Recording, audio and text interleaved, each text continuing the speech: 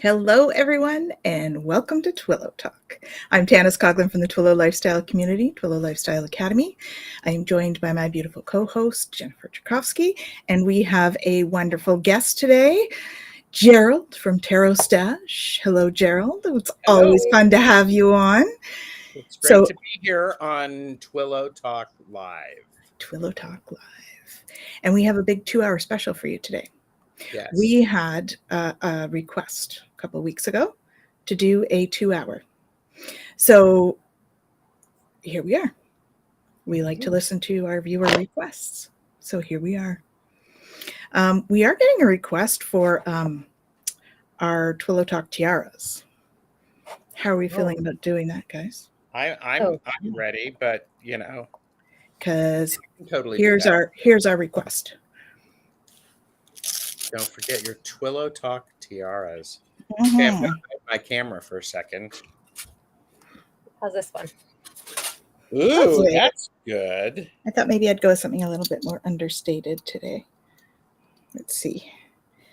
Ooh, look at you. You have shrooms. Look, he's the fun guy. I love it. I made a fun guy crown just for this. Oh my gosh. I love it. That is fantastic. Absolutely. Awesome. How's that? Twillow Talk tiaras. Here we are. I like that. That's good. Oh, look. Fogo Pogo. She says, yay. She loves your fun guy. Nice. We love our fun guy. You're the mushroom king. The mushroom king, Aspasia Rising says. There you go. The mushroom king. Oh my I love it. Fabulous. Mm-hmm. Oh yeah, I made this just for that.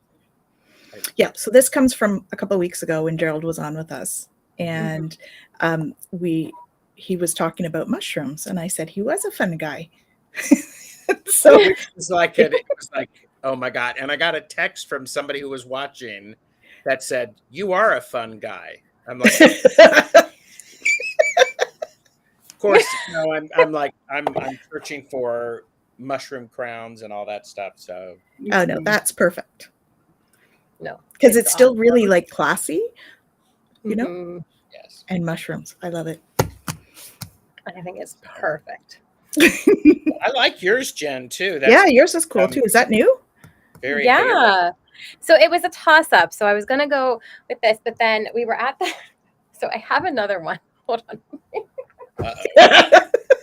We now have multiple Twillow Talk tiaras, everyone. So you guys have seen this one before, right? So I've worn this one before, but because of the whole there's no mushrooms on it, but because of the whole fungi thing, it's got a very kind of earthy feel to it. So I was thinking I would go with the butterflies and yeah, I love that all one. Of that. Cool. So we were at the farmer's market the other day, and I was like, oh, and my bean found. Oh no. To go with it. Perfect. Oh, snap. Now you're like a fairy queen. Beautiful. Yes, very Ostara, definitely. Oh, wow. This is what I'm talking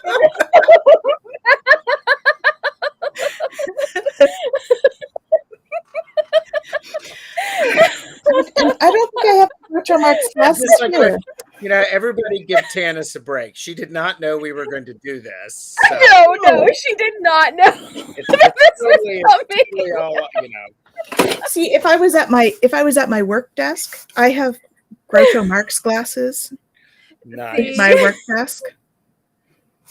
Very nice. But I don't have them here, unfortunately. You're going to have to wear that for 30 minutes. Which? The glasses? Wear the glasses or the crown? Can you see through the glasses? Well, not really. I mean, I can see through them, but I just can't read any of the chat. So. Oh, well, that's not a good thing. No. But I think I do need to switch to a larger crown if we're going to do this. So I think I will. I know you guys have seen this one already, but I'm going to do it anyway. Because I don't have the glasses. Oh, it's just so fun. we're going to have to go with this one today instead. I think that's pretty. Yeah, I think it's good. Of course, it's backwards in my mirror, so it's all mirrored, and I can never figure out the direction. So I hope it's straight. All right, It's all good. It's all good. Oh, I can. I. There is no possibility of me ever changing. No, this is Gerald, and we love him. Yeah. I mean, I can use my tiny hands to adjust my glasses. I am going to have to put clips in, though, to hold this one up if I'm going to keep this one on. That's the only reason why I didn't go for it right off the bat, was because it doesn't stay on very well. Here's a comment for you, Jennifer. What's it say? If you wore a bohemian dress with that crown, you could be the empress for Samhain. Oh, I actually have a dress that I could probably do that with. Perfect. Well, I think There's no reason you cannot wear crowns, and I think we talked about this the last time. It's the crowns; they're like a focal point for our crown chakras. And and of course, I'm a huge fan of, depending upon what your crown is, it's all powerful. So. Oh dear. And they make you giggle.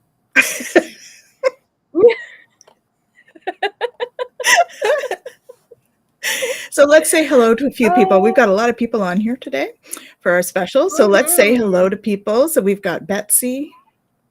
Hello, Betsy Palmer.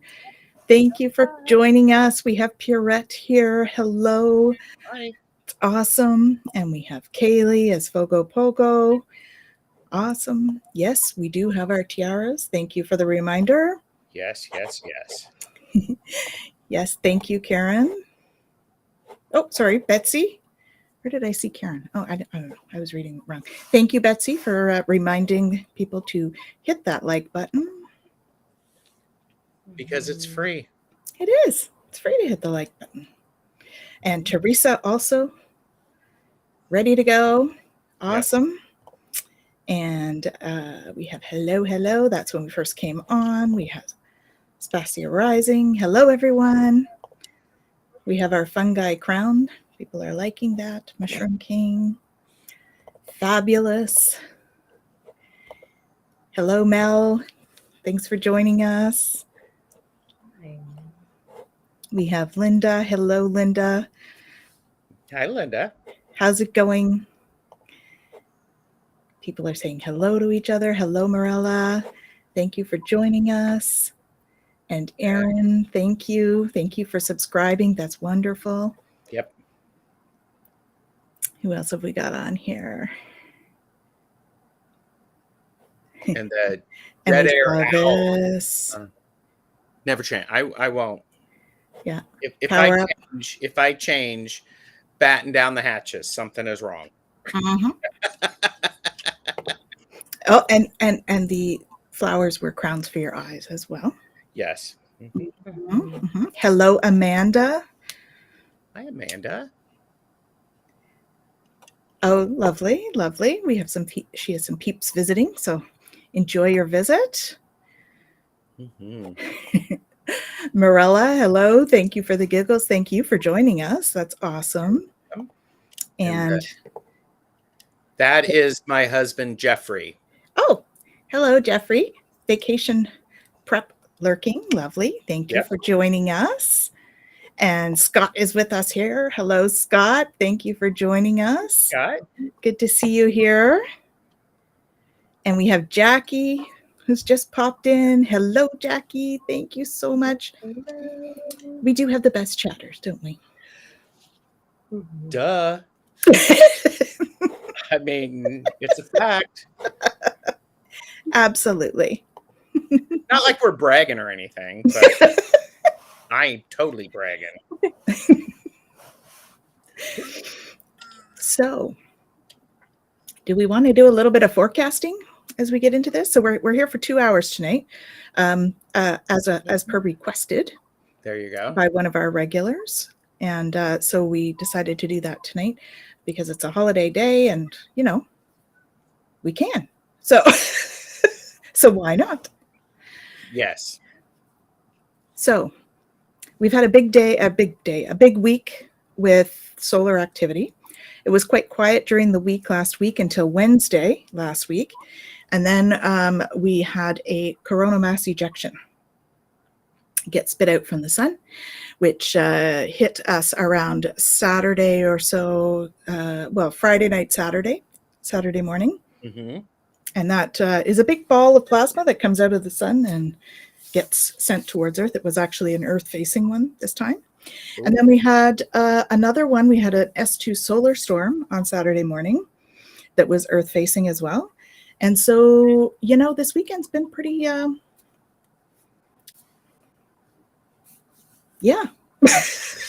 energetically. This weekend has been, for those of you who missed it, if you need it in the tiny hands version, this weekend has been. It's a bit wavy. How's that? A little wavy because we've had some solar storms and whatnot. So that always creates some emotional stuff coming in. I know people have found they're a little bit grumpy, a little bit like. And of course, we have had 7 planets in retrograde. We now have 6. I believe Venus has gone out of retrograde, if I'm not mistaken, and has gone direct. So that will help a little bit coming forward, we hope. Well, and Wednesday night to Thursday was the blue moon, the super blue moon. Right. So significant, and that in and of itself is take whatever happens for you personally on a full moon, multiply it by, I don't know, 50. So yeah. Awesome. Yeah. So we've had quite a week energetically.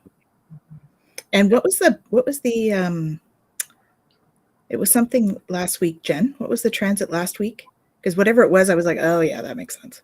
Exhaustion. Oh yeah, that was the other thing. Because I have been exhausted all week. I've needed a nap almost every day. Yeah. Yeah. Oh, yeah. And we've got Fogo Pogo saying she's been dizzy all weekend. Got to keep trucking. That's probably the energy, I would say. As long as, check with your doctor in case there's anything physical. Yeah, but you definitely want to make sure there's nothing. So if it continues, right? I don't want that to happen. We all just summed up the past 3 days. Yes. Thank you. Because Betsy actually said, that explains the weekend. Yes. Yes, we've missed some stuff here. Where are we? So we're going to do this one. Great crew and chatters today. Absolutely. Thank you. And some of this is between each other there, which is awesome. Oh, yeah. Someone agrees with you. Marilla agrees with you. Yes. Mm-hmm. Yeah, it is for sure. Yeah, definitely. Yep, headaches. Feeling a bit emotional. Yep. Astrological Tarot. Hey, Michelle. How are you? Hi, Michelle. Thanks for joining us. We have our tiaras on tonight for our 2-hour special. It's awesome. I'm being the fun guy. He's got fungi on his crown. Awesome. Awesome. So many great people here. Thank you, everyone. Yeah, for sure. Thank you all for joining us. And Jen, did you want to talk about the human design transits? Or do you want to just do some cards? Whatever you feel. How about we do some cards while you find them? Or are you ready? No, I can talk about them. I think it's an important one to look at for sure. Yeah. But Okay. it's up to you guys. We can do either one, either which way, Go for it. whatever Do everybody it. Go wants ahead. to do. If you're ready, I was just going to do the other if you weren't. So go ahead. Oh, And yeah. I'll pick some cards while we do that. Yeah. So we're going into the 64th gate. So it's the gate of confusion. So from now until the 9th, we're going to be in this gate. And I think that it's really important to understand confusion in and of itself is actually really normal and natural, right? The thing is that we get into this place where the mind wants to make order. And so it jumps into confusion, and there is this pressure that we have to make sense of things. And if we try to make sense of things before they're ready, we end up missing out on the potential of confusion, which the city for this is illumination, right? So we really want to allow things to kind of unfold in their way. Richard, who does the gene keys. So when I refer to Richard, that's what I'm talking about. In the Gene Keys book, he talks about this concept of massa confusa. So it's this idea with ancient alchemists where this kind of state of chaos, or this kind of swirling of kind of confusion that happens. It's this, kind of like the swirling of everything before the creation of something, right? This confusion state. And what happens is there's not order yet in the confusion. There's not structure yet in this kind of swirling, but the potential is there, right? And so in this place, the mind can be bewildered. There's this kind of moment of, if the mind tries to jump in and make sense of it, the mind can't do it. And so what ends up happening is we make a mess of it with the mind, right? But if we can allow it to have its place of that kind of swirling and take a step back, in that we can actually allow imagination, which is the gift of this gate. It's time, right? And so we can allow this process to happen within us where imagination can flow freely. And from that, illumination can come. Now, the programming partner, because I think I talked about this before a couple times maybe, of this gate is the 63rd, which is doubt, right? Now, this is where the mind gets in the way. And we've talked about this before, right? This idea that the mind, one, it wants to make sense of the confusion. And then here the 63 jumps in, and this pressure to understand jumps in, and doubt gets in the way. And so what ends up happening is we have this kind of frequency within us, right? Tanys, you talk a lot about, the lower frequencies and the higher frequencies, right? So this kind of lower frequency kind of jumps in, this unease that flows throughout our body, right?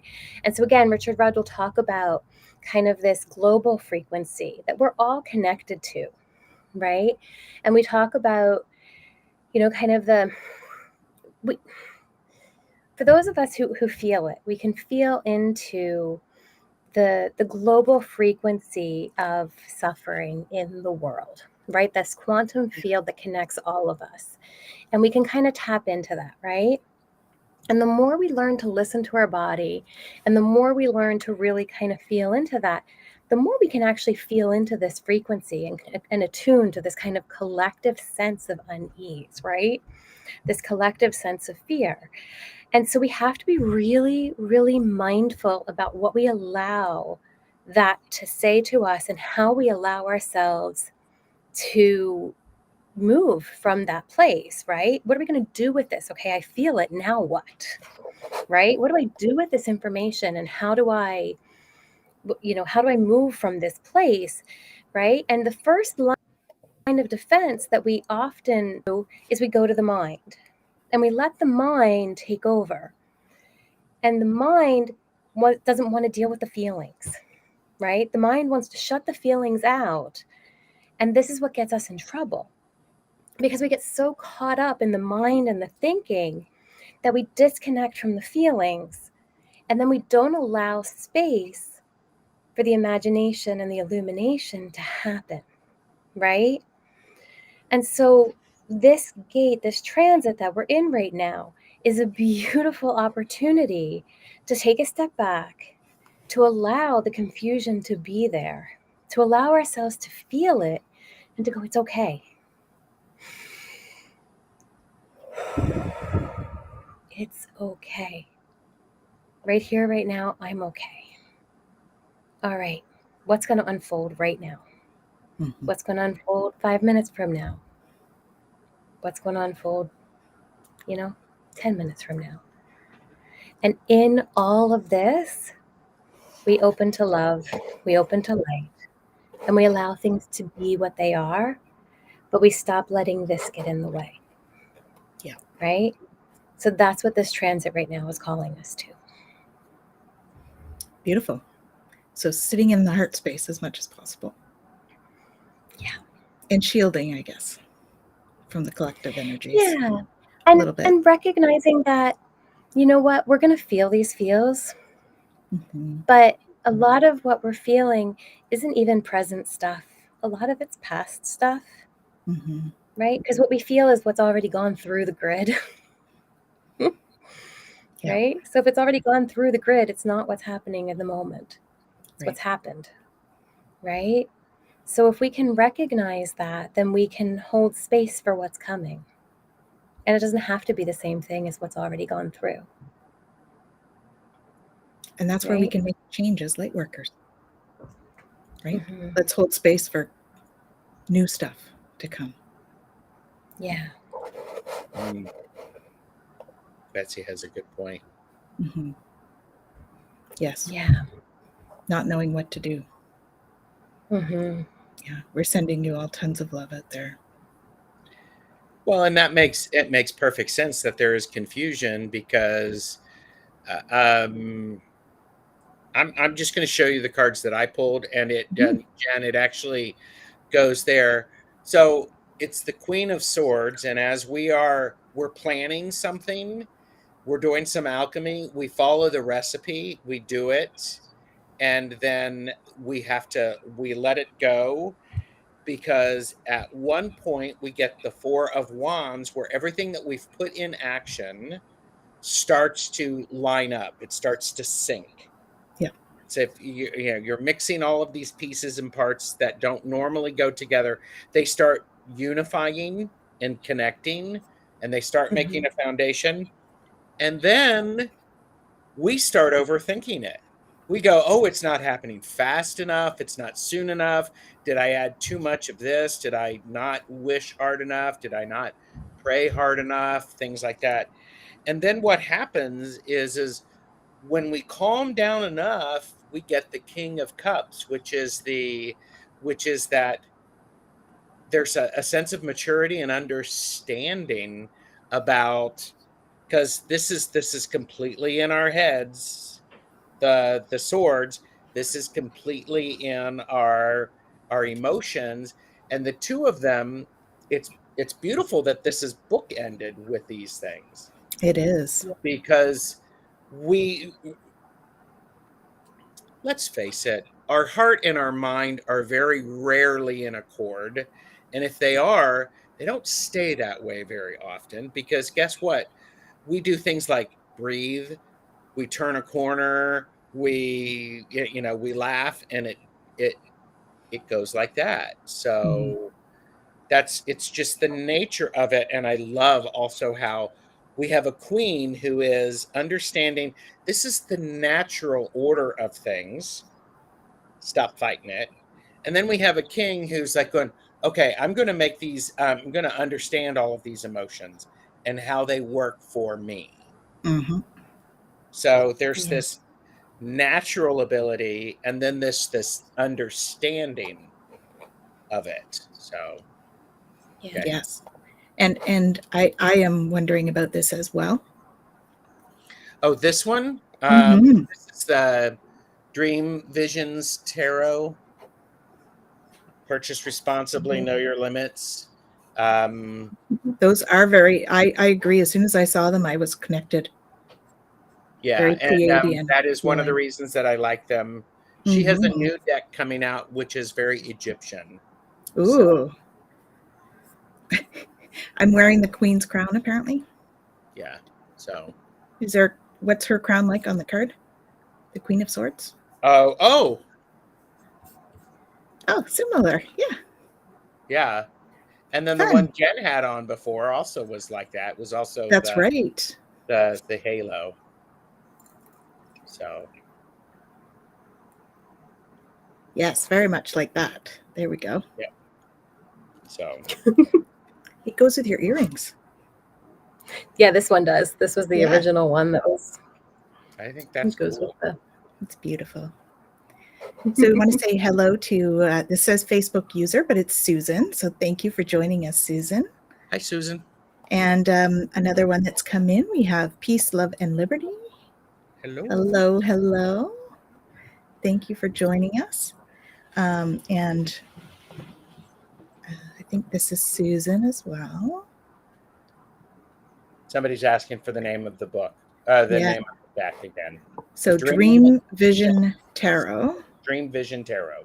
And who's it by? It is by Emma Zhang. EMMAZHANG.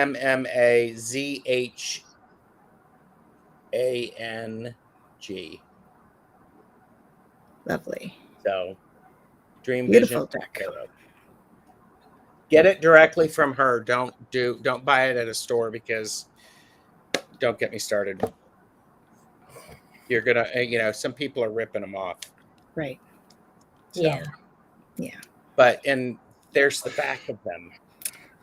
Very Oh, galactic. Beautiful. Very galactic. Yeah.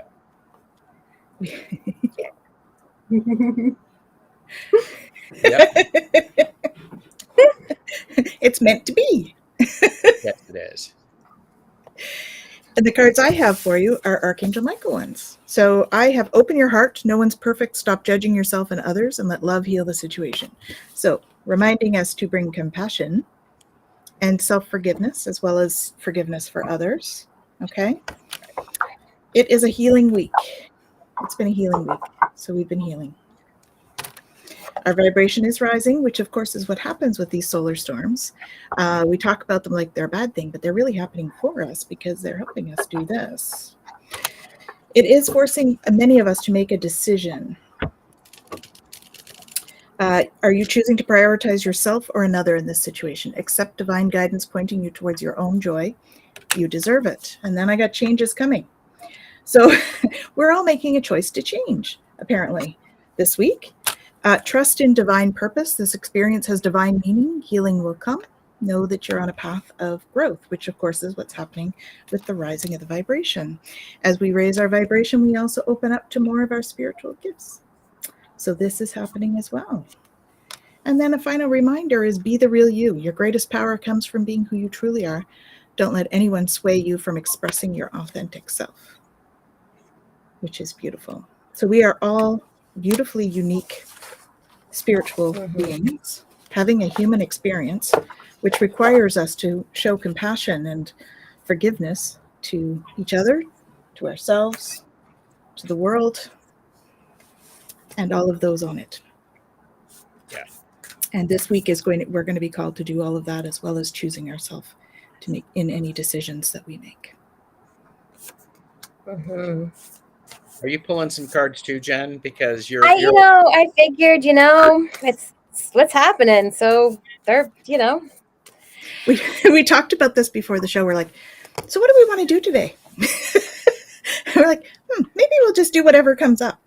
So that's kind of what we're doing. And it's interesting, because a lot of what you're reading too is very much in line with this piece, and it's hard. This idea of allowing ourselves to feel the feels, right? And we talk about it so much on the show. Yeah, we do. It's hard to feel the feels, right? But that's really what it's about. It's about letting ourselves do that and stop hiding from it. And what do I get? Let it go. Release the past, right? Forgive, soften, allow those feelings to come in. I mean, look at her. She's crashing in that wave, right? It's okay to let those feelings come in, because it's coming around her. She's still safe in all of that, right? And so, you can do all of that and you can still let it flow all around you. And that waterfall can still come in. And that's that inner power, unbridled confidence, claiming your place. Like you can still have all of that come through. And in doing so, you can birth the mysteries of what is there for you to bring into the world. Look at right? that. Those are beautiful. What you're here to create. What was that waterfall card? Inner power, unbridled confidence, claiming your place. Okay, and the So reason being the real you. I was doing readings today, and that card came up. Mm-hmm. Okay. So I'm like going a theme. Very much so. Very much so. And by the way, it's right here. It's dreamvisiontarot.com. Beautiful. Thank you. You're welcome. Very nice. Absolutely. Yeah. And then with the other deck, I got, challenge. So I embrace all tests. And this is a hard one, right? It's hard to embrace the tests that come at us, right? And to understand, right? And so it says, allow me to flow with what cannot change. It's tough, right? It's really tough. Let me embrace all tests and release any fear of loss. Another tough one. Knowing that all can be replenished with ease by the divine, right? The universe can give back whatever it is, right? We don't have to worry about that. But it's the part of us that wants to control or that feels that we need to, that takes a really hard look at challenges and really feels like we have to hold on, right? But if we can truly trust that all of these challenges are there for a purpose and that we're okay to go through them and that we're going to come out the other side and be okay, and more than okay, sometimes better on the other end, always better on the other end, then we can face it, because that's what brings us to our evolution. Right? Yeah, that's which is what's going to get us through. Yeah. Right? So welcoming that change, right? Change into, the one who knows that we can evolve and be open at any age, at any stage, to welcome that change in uplifting and surprising ways, to trust the process, diving ever deeper into love, right? To be able to really embrace that. Yep. It's not easy, but it's a beautiful process if we can get there, and that's really, again, what this is about. If we can allow ourselves to be in that place that can be okay with feeling the feels, right? And that is why we're here, right? We're here to learn what it's like to be human. And the biggest part that we're here to learn is how those heavy emotions move through us in a physical way. So for sure. And so just a quick hello to Gleaned. Thank you for joining us. Hello, Gleaned. Hello. And she says that she's dealing with quitting, reporting to HR, supervisors, trying to change into, yeah, that's tough.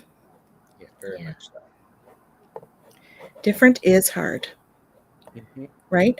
We've had a lot of change. I had a conversation with my family today. They were all talking about how much change we've had in the last few years, really, right? There's been a lot of change. I mean, we all know that we're going through this ascension process, and it's all about, helping each other, like walking each other home, that Ram Dass thing. But it's when you're going through it, it's like treading through the mud, right? To get to that the higher frequency of things. It's it's like trudging through mud some days. Yeah. So. Very much so. Very much so. So Susan says, I think it's Susan. Yes. Susan says, go through it, your process with love of self, indeed. Bless you all there, and listeners. Thank you. Thank you. Yeah. So that's why we have to keep our eye on the prize, right? The ascension. And this is a gradual process, but it's just that we have to keep an eye on that to make sure that we're still staying motivated, Um, Gleaned has to say it again. She really loves the crowns. Thank you. It's good, isn't it? Yeah. Twillow Talk tiaras. Exclusively on Twillow Talk Live. Exactly.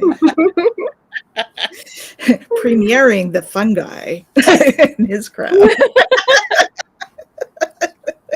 I want you to know, Jeffrey and I were out yesterday tooling around, enjoying ourselves. And wouldn't you know, every store we went into, what was the first thing that I saw? Toadstools, fungi, everywhere. It's like, oh my gosh, I'm not buying all of these. It's just like, it's just funny. Yeah. It's that what's that called? The reticulator activating system? Is that what that is, Jen? Where you get a red car and then you notice how many other red cars are out there? I've not actually heard it called the reticulating reactor syndrome. I've heard it called the yellow car syndrome. But Okay. you know, I'm common. I'm just a fun guy. That's a good thing. We like fun guys. Oh, there we go. We're going to trademark this. There you go. Oh my Twillow God. Talk tiaras. Well, okay, there's so much going on. Let me ask you this is some of us are aware of energetically what is going on. What about the rest of us when we don't know what is going on and we are just something's going on? I mean, well, you feel it, right? And so I think that's part of why so many people are starting to do more investigation into things like energetics and whatnot, because they're wanting to understand what's happening. They can feel there's something going on, but they don't understand it. So, and I think that's where, our role becomes super important, because we are able to get a little bit of information out there so that people even know where to start. I mean, that's why I work with my clients. Don't even think about this. Like, this isn't even on some people's radars. Yes. Right? And they just think I'm having a really shitty week or month or whatever, right? Mm-hmm. Yeah. And there is that reality too. And so, not everybody understands that it's not always just us, right? Like, that's the biggest thing, is that we think that, oh, I must be depressed, or I must be anxious, or I must be, and it's just me, and you feel lonely and you get bummed out, and it's not. It's bigger than that. It's not you. There's nothing wrong with you. Right? I think that's a huge thing. I mean, I think it's a huge deal for us to normalize having emotions and not understanding them. Yeah. Because it's just clearing. Yeah. I mean, emotions are emotions, and they're hard to express, especially as, as I grew up in an environment that in the public, men don't have emotions. Mm-hmm.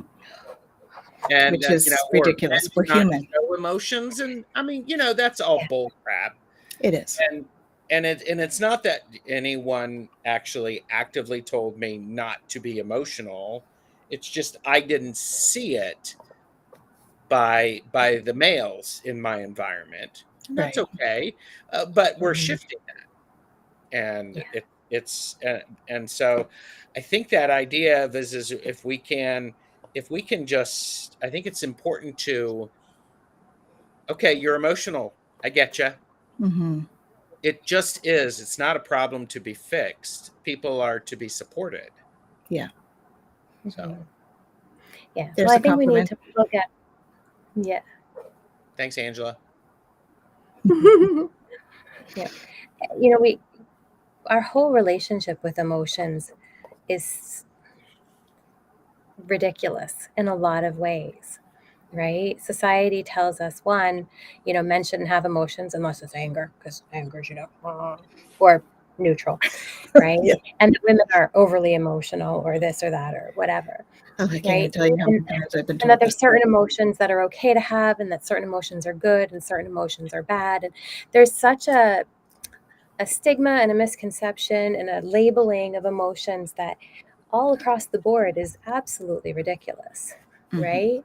Yeah. It's like we have to, again, and I say this, right? If I ever write a book, it's going to be called All the Things We Have to Unlearn Since We've Been Born, right? Because everything is wrong about what Gerald we think has something to say about that. Finish your thought.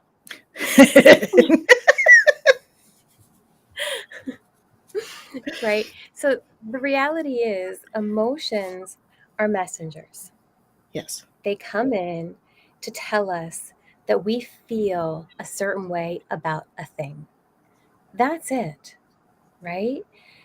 So we have to listen to the message. How we handle that message is up to us, right? But there is a purpose for that message to be there. Mm-hmm. And that is important. Absolutely. So what I was simply going to say was, when you write your first book,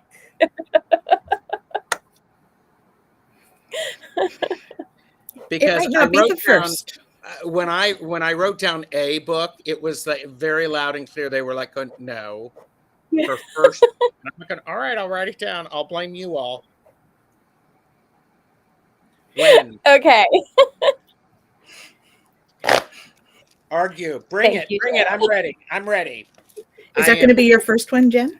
Yeah. We started working on one a couple of years ago. We haven't done a lot of work on it recently, but I have several books in the works.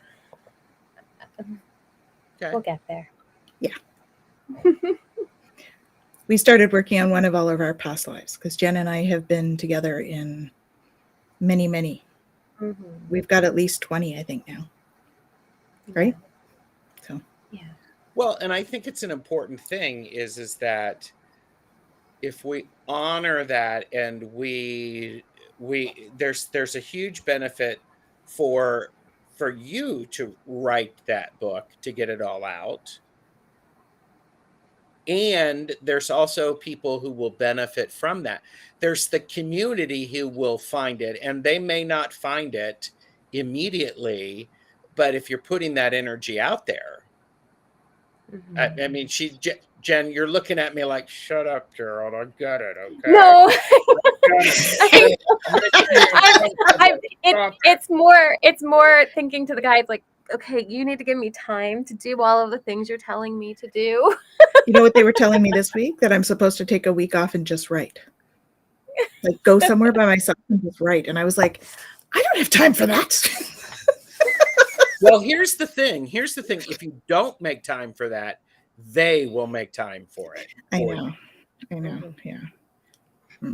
I see a writing weekend in our future, Jen. I think so. That's not alone. Well, it could be alone for most of the day and then get back together, Okay. right? For meals or something like that. We could do I'm that. just saying, you could be in the same place. Each of you have a room. Exactly. Mm-hmm. Yeah. And, set the timer and motivate. Jen's going, who's going to take care of those damn children? and those. I think there are options where that's concerned. There's they options. They're making dinner for themselves tonight, so that we can hang out and do that. We're gonna drag Jen away from the house for a couple of days, I think. Want to say hello to Ocean Garnet as well. Thank you for joining us. Hello. But to what we were talking about, the emotion piece, and I think too, this idea of community, which we were kind of talking about too, and with all of you, we being able to work on our emotions together in a healthy way is huge. Right. And I think one of the things that makes it really hard to be able to work on our emotions is being afraid of how other people are going to receive them. Mm-hmm. Of course. Right. Yeah. So knowing that we have people that we can be raw and real with, that we can express our emotions to, or that we can simply say, I have these feels and I don't even know how to make sense of them right now. Yeah. Right. That people that can say, it's okay. What do you need? Yeah. Do you want me to sit with you? Do you want me to hug you? Do you want me to walk away? Like whatever, right? How do however you want to feel those feels, I'm here. Yeah. Right? That is important. Right? Because Absolutely. sometimes we have the feels and we don't even know why or what they're for or what's going on. And that's okay too.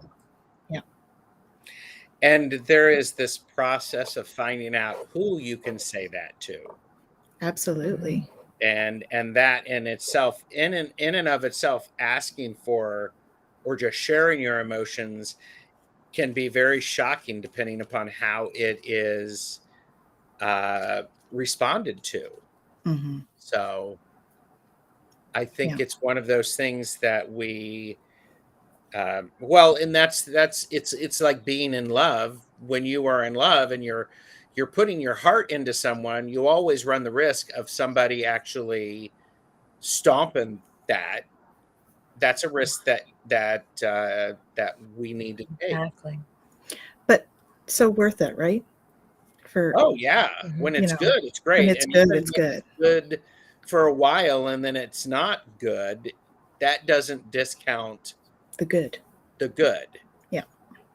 So, Absolutely. and Yeah, Glennie, if I do past life readings, I think Jen does some as well. So we both do that kind of work. nice. I don't know if I do. I haven't done one in a long time. I think you could. Okay. You heard it here first. Our little librarian, I think we could. There you go. Yeah, The Akashic Records, right? So that's true. yeah, it's great to have special people Mm-hmm. in our life that we can express our emotions with. Absolutely. In fact, I think that's super important. Yeah. And the thing is, people are people. Mm-hmm. And sometimes we're on and sometimes we mess up. Mm-hmm. Right? Sometimes we can show up for each other and sometimes we're not going to get it right. Right? And I think that, what you're saying, Gerald, about, it's still worth the risk when we have people that we trust. Mm-hmm. Sometimes they're not going to always get it right.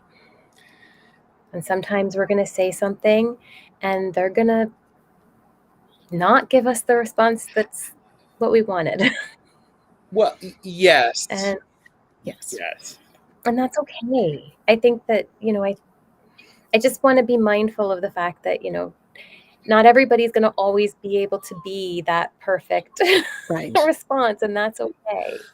I'm not always that perfect person. No. Exactly. Nobody is. Either. Nobody is, and I think Nobody is. I think it's so important that when we own, part of being a community is owning what I have done to help the community. And I'm saying it that way because part of helping a community grow is owning when something that I've done has had a different impact than the intent that I had when I did it. That's huge. The intent of something is different than the impact. And if the impact, and it's like if the impact is wrong, I have to go, that was not my intent. Yeah. So Exactly. Ocean, yeah. When's your eye doctor appointment?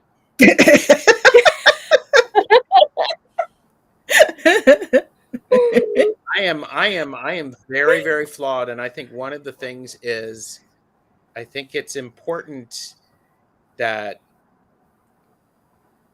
because when we think about community and we think about that big picture, and in 3 weeks, good, Ocean. See, you thought you had me, but I don't know. She's got somebody here that agrees. Okay.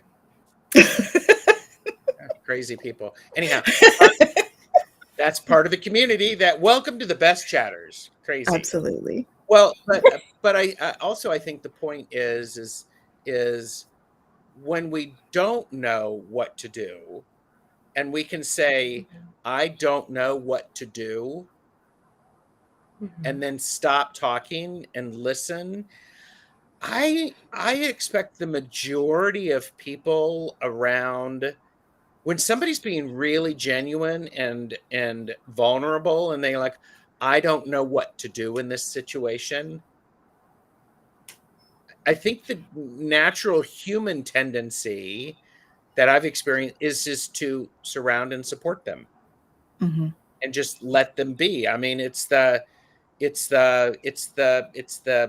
pack swarming around, because what is it? Is it wolves that it's the elders who lead the wolf pack?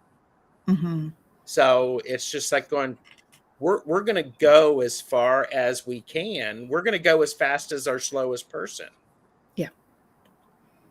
Ain't nothing wrong with that, because we're moving. Exactly. Yeah. Yeah. And that was we did put a call out for topics to talk about for today. And one of the ones that came in was about community. So that's, it is certainly coming up today because it's such an important part of the three of us. We all have our communities, and bringing them together in a show like this is a beautiful thing as well. Because we really are just one big community, right? Yeah. And community grows and evolves, and we grow and evolve. And sometimes when the community isn't working for us, the best thing to do is to go, okay, I'm going to move out. Mm-hmm. It's like when I moved out for college my first year, and I went home in the summer, I was like going, I am never moving back home again, because I am different. And it's like, ooh. And so that's an important thing. And Yeah. so, And acknowledging change in all of that, right? Because you changed. very much so. We are truly blessed that you're Yes. genuine and vulnerable with us. Really. We so honor you for being open to these kinds of conversations, because I just think they're so important. Yes. They're important for everybody to gain shared understanding about what community is, what, all of the topics that we talk about. Shared understanding for all of it is huge. Yeah. And that's why we do this show, is to help everybody get a shared understanding of what it's like to be human. Because we're not all of our experiences are the same. They never will be. But there's a grain of compassion and humanity and kindness that lives in all of us, in our hearts. And the more that we can bring that forward and talk about it and be open and honest with each other, I think it just helps that to grow even more. So. Yeah. It's like weight training. The more we do it in appropriate small amounts, we get stronger and stronger and braver and curiouser and curiouser. Mm-hmm. I think that's something important to, cut ourselves. Yeah, cut ourselves slack. Be forgiving. Be forgiving. I totally am. I'm horrible with myself sometimes. It's like, it's like I should have. That word. Yeah. Should. We could should each other to death, with that word. Yes. Yes. And it's so important. No, that's it. It's exposure therapy on a small scale, where we get to actually practice being open and accepting with one another in a very safe environment. And it allows space for that, so that we can then try to take that with us into other areas. And it's a beautiful thing to be able to do together. And we're honored to be able to do that with all of you. Absolutely. Yeah. Lots of beautiful comments here. Thank you. I like what Ocean Garnet said. Lessons are learned. Oh, lessons are learned. Here we go. Sometimes we learn lessons. Other times we have opportunities to practice getting the lessons multiple times. I'm only speaking from my experience. So, Yep. and and that includes all aspects of community, because community changes, and our first impression of a community is something different when we're part of that, and that's okay. Yeah. So Yeah.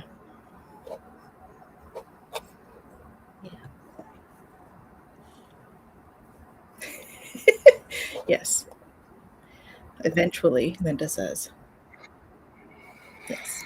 eventually, if we're lucky. Yeah. I think the big component of that is really doing the self-reflection, right? There are many of us that go through life and we don't do the self-reflection, and then we don't learn the lesson. So you do keep repeating those patterns, right? It is that sort of self-reflection. Okay, what did I like and what did I not like? What do I resonate with this situation? Not what I don't like, but what resonated with me about what just happened versus what didn't really resonate. What would I like to see happen a little differently sometime the next time? Yeah.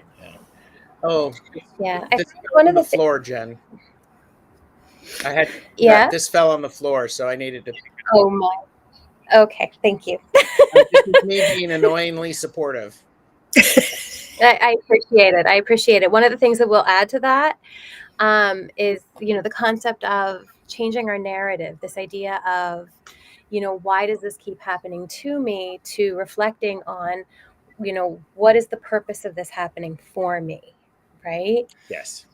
Because that switch over, when we talk about self-reflection, is absolutely important. And if we want to talk about lessons in life and actually getting the lesson, we have to make that narrative switch, right? And if we don't make that narrative switch, the lesson's going to keep coming back. Yes. Right? So that is a huge component of, if we don't want to keep learning that lesson, we have to make that switch and do that reflection. And I think I believe,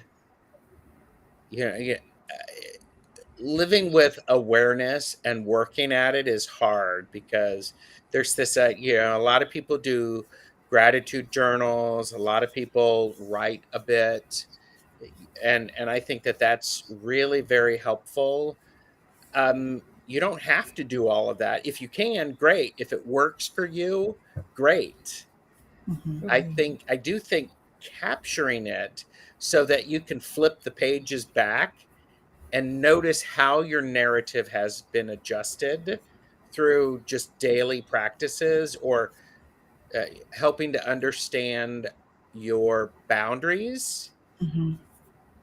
And because sometimes it can sneak up on us. It's like, oh, I have been chipping away at that a little bit all of the time. So suddenly now I can actually say no sooner rather than later. So, but so if the two of you wanted to go to some sort of Airbnb, or not endorsed by anything, if you wanted to go somewhere for a week and unplug and write, great. Apparently we're supposed to do that. He's getting a message again. He's getting these. Okay, tell them. Keep poking them. Big hello to Jacqueline. Hello, Jackie. Thanks for joining us. And so we've had a couple of questions about this. So Gleaned asked, what should we know when we're dealing with these reflections?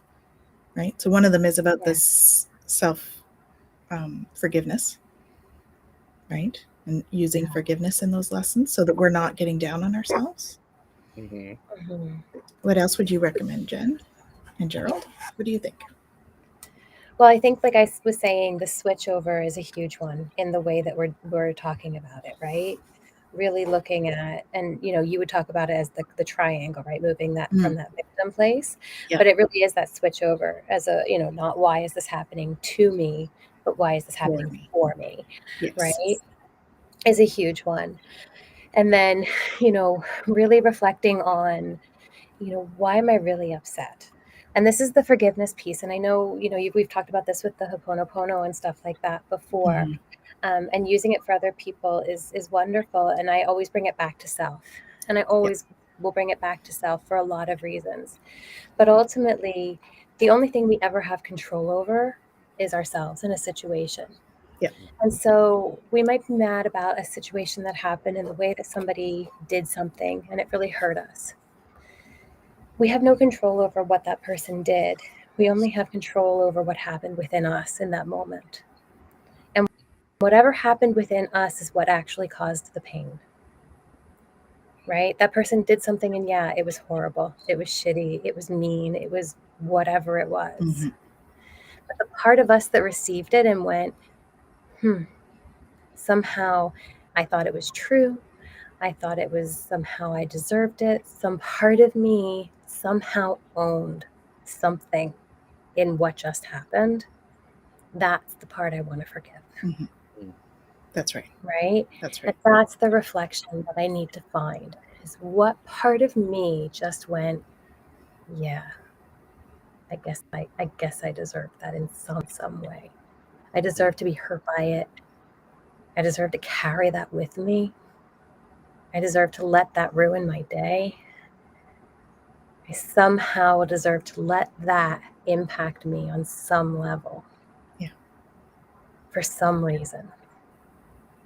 Right? There's some narrative I'm holding in me, some core belief that I have that I need to look at. Mm-hmm. Right? That's what I need to find. Yeah. Right? And that's the work. Yes. And if I can find that and pour love into that, then I can move forward. Yes. And I think that answers this question as well. How do we know the lesson's been learned? Right? When we can move forward. And we can be that silent observer of the situation instead of being in the triangle, playing victim, villain, or hero. Yeah. And a friend of mine actually said, we've learned a lesson when the next time it shows up and we recognize it, we don't have to repeat it because we know how it ends. Right. It's like, oh, I get this. I'm doing something different because the ending is different. So Yeah.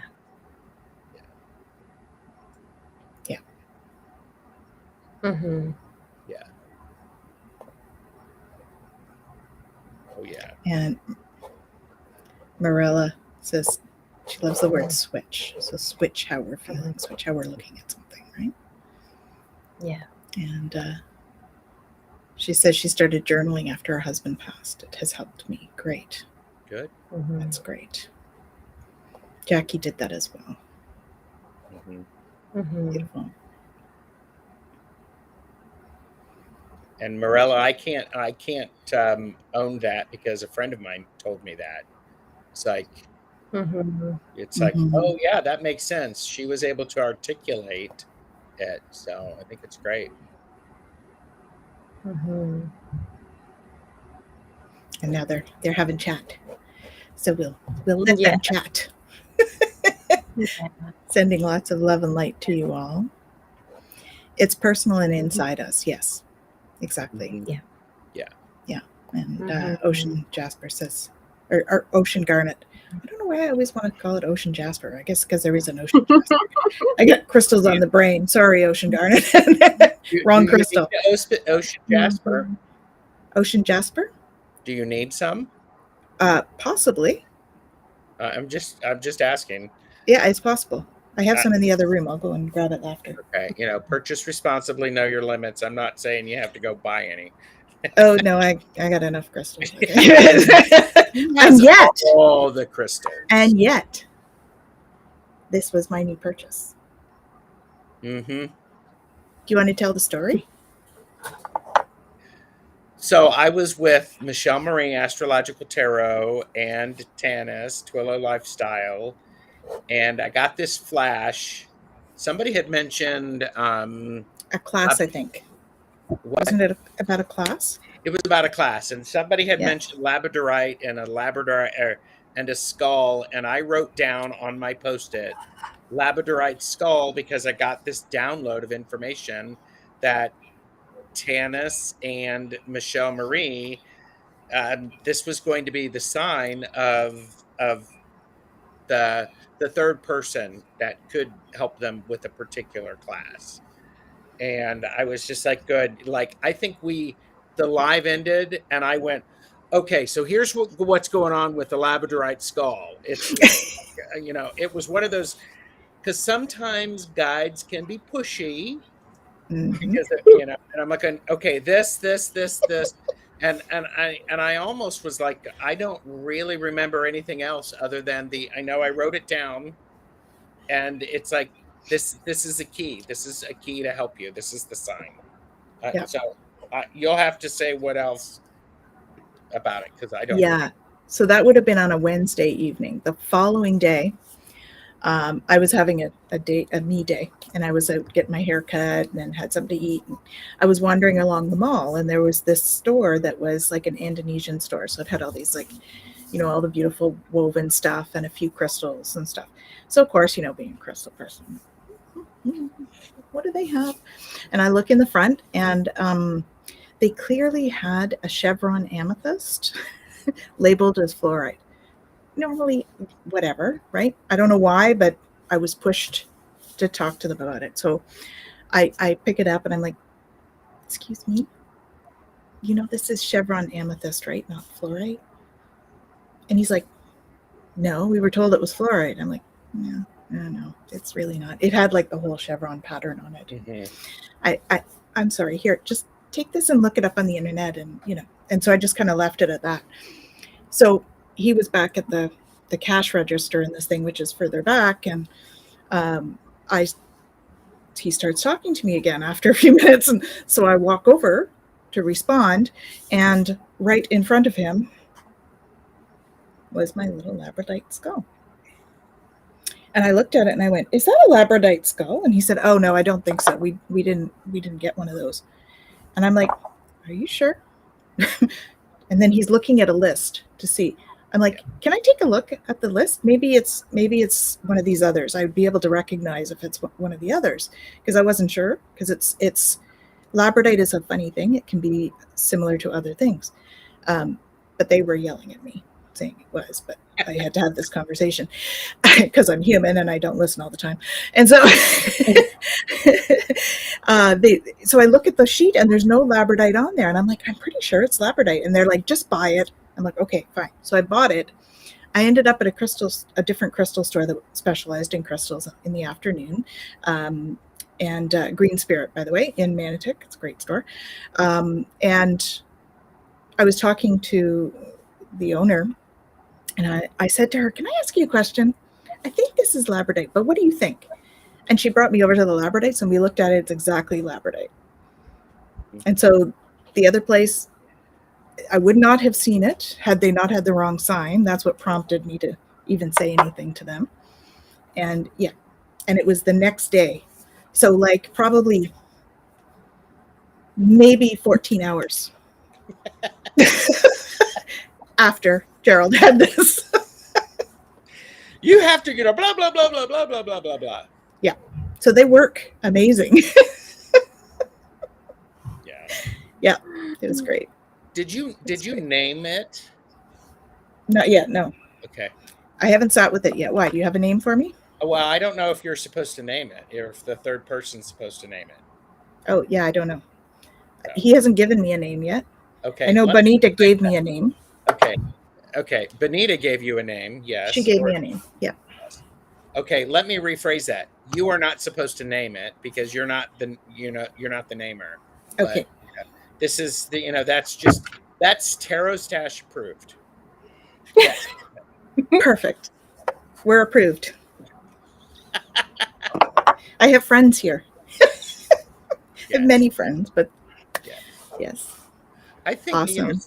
I want to draw attention to something Betsy said down a little bit at 1808. lessons learned when the emotion around it shifts. We are more objective. Yeah. And Yes. that's a very good way to say that. Absolutely. Yeah. I agree. Yeah. And this is a huge thing too across the board, and worth mentioning, like from a human design perspective too, because I think we often feel pressured to try to make decisions or to try to have a response when we're emotional about things. And it's really important that we don't put pressure on ourselves to do that. Mhm. Even if somebody else is putting pressure on us to do it, it's okay to wait. Yes. If we're feeling really emotional about something, it's not the time to give a response or to make a decision, especially about something really important. Yeah. Okay. Not in the high highs, not in the low lows, and not even in the in between, right? It's not until we actually get to that point of objectivity where we're clear about something, where the emotion isn't even really a factor anymore, Yes. that we can really make a clear decision about something. And that's whether we have an emotional authority or not, right? So I think that it's really important to be mindful about that. So just notice if you're feeling that pressure to, make a decision during an emotional time, take that step back. It's okay to say, I'm not ready to make a decision. I think, the world is very much a make a decision, tell me now kind of world that we live in. It's okay to not be ready to make a decision, especially when there's these emotions and stuff like that going on. And so if we're really emotional about a situation or about something that's happening for us, especially lessons and things like that that are happening, Mhm. waiting for that objective time to come in is really, really important. Well, and I think also to your point there is then that's where we go. Then we use our community to say, I'm really emotional and I need someone to slow things down enough so that I can think about it, because emotion works different than thought. One is Mhm. not better than the other, but they can't compete. They can't occupy the same space. So Yeah. a trustworthy person, and it's like, even a professional Mhm. can, it's just like going, okay, here's what's going on. And I was thinking that too. you Yeah. know Even a professional, oh wait, a professional, That would mind be Jen, by the way. itself, you know Yes. we go. But I think that's, knowing when we're emotional and we need help is a really strong and brave thing to do. Yeah. Mhm. And And can be challenging at times because we don't absolutely, always notice it in ourselves, you yes. know? And when you say, I'm emotional, I need a few minutes to think about this, very rarely are there times when a decision has to be made like that. Mhm. Yeah. We can Yeah. usually go get a cup of coffee, we can walk around a little bit, get back into our bodies. So Mhm. Definitely. Yeah. I mean, how often, even just hearing, somebody sent me an email or somebody sent me a text message or somebody sent me a whatever, and it's this pressure to respond. And it's like, whoa, take a step back. Yeah. You don't have to even have received it, let alone having to respond to it. Yeah. Right. well, and I was explaining this to Tanys. Somebody gets an email from you or opens an email from me, and then they immediately call me, and I'm like, I'm not answering that, because I mean, you had plenty of time. Hashtag, sometimes I'm a jerk. But I also went, you know what? There's so much emotion. I know this. I'm That's the thing. I'm going to finish washing the dishes, because we're all going to be better on the other side of it. Yeah. Yeah. Sometimes when we take a few minutes for both sides, right? Because Yep. Yeah. if that had been an emotional thing coming at you, being an empath, you would feel that. So it's like putting up a boundary, saying, "Okay, I'm just gonna. I need, you know, I just need you to have a few minutes Yep. to process." And that's, sometimes that's it's doing them a service because Mhm. they do need that time, right? Yeah. Yeah. Oh, So yeah. Yeah. And that's the other thing too, being empathic and stuff like that and feeling that we have this urge. And I speak from, myself too. We have this urge. We want to resolve it as fast as possible because we don't want to feel those feels.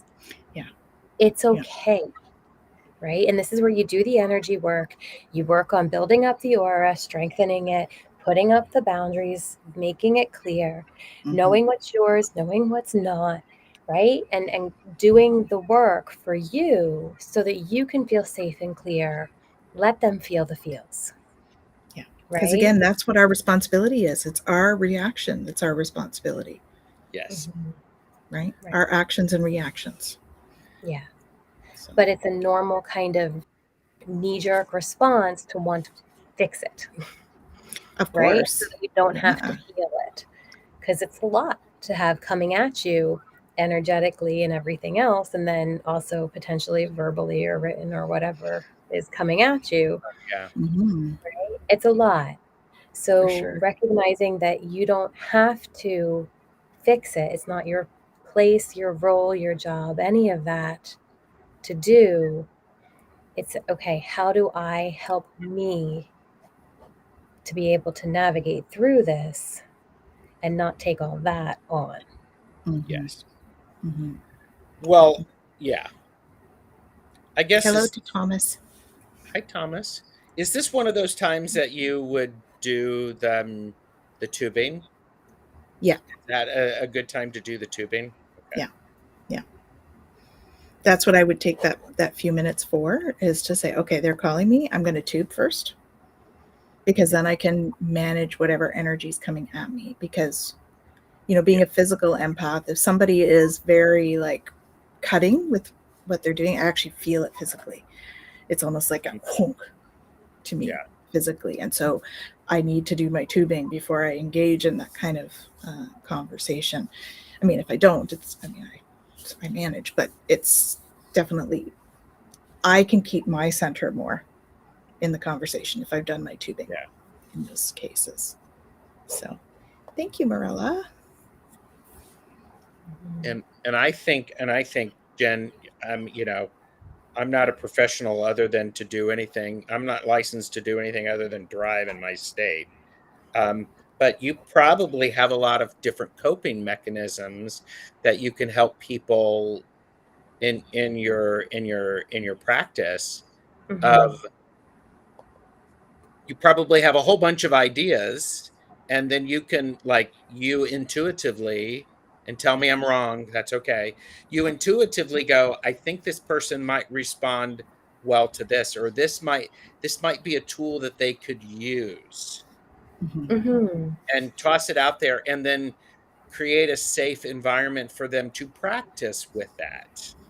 Yes. So, okay. Yeah. Hello, Bella. Thank you and for I'll do joining tools us. with people, right? Because that's the other thing too, is it's one thing to tell somebody, here, try this. It's something else entirely to say, hey, let's try this together and see how you feel. Yeah. Because doing anything new by yourself is scary AF. Doing it in a sense of community as someone who is supporting you is very different. Yeah. So. Yeah, we really need to feel like we're not alone. And when we're in those tough times, I think that's one of the things that we feel the most, is that we feel quite alone, So having that person to walk you through is super important. Whether it's a professional, whether it's a friend who's just holding space, or, sometimes that's all we need is somebody to hold space. But, if there's bigger issues, then definitely, look for someone like Jen. Psychotherapy or a counselor or social worker, or whatever's in your area or whatever. Jen does online appointments though, by the way. Just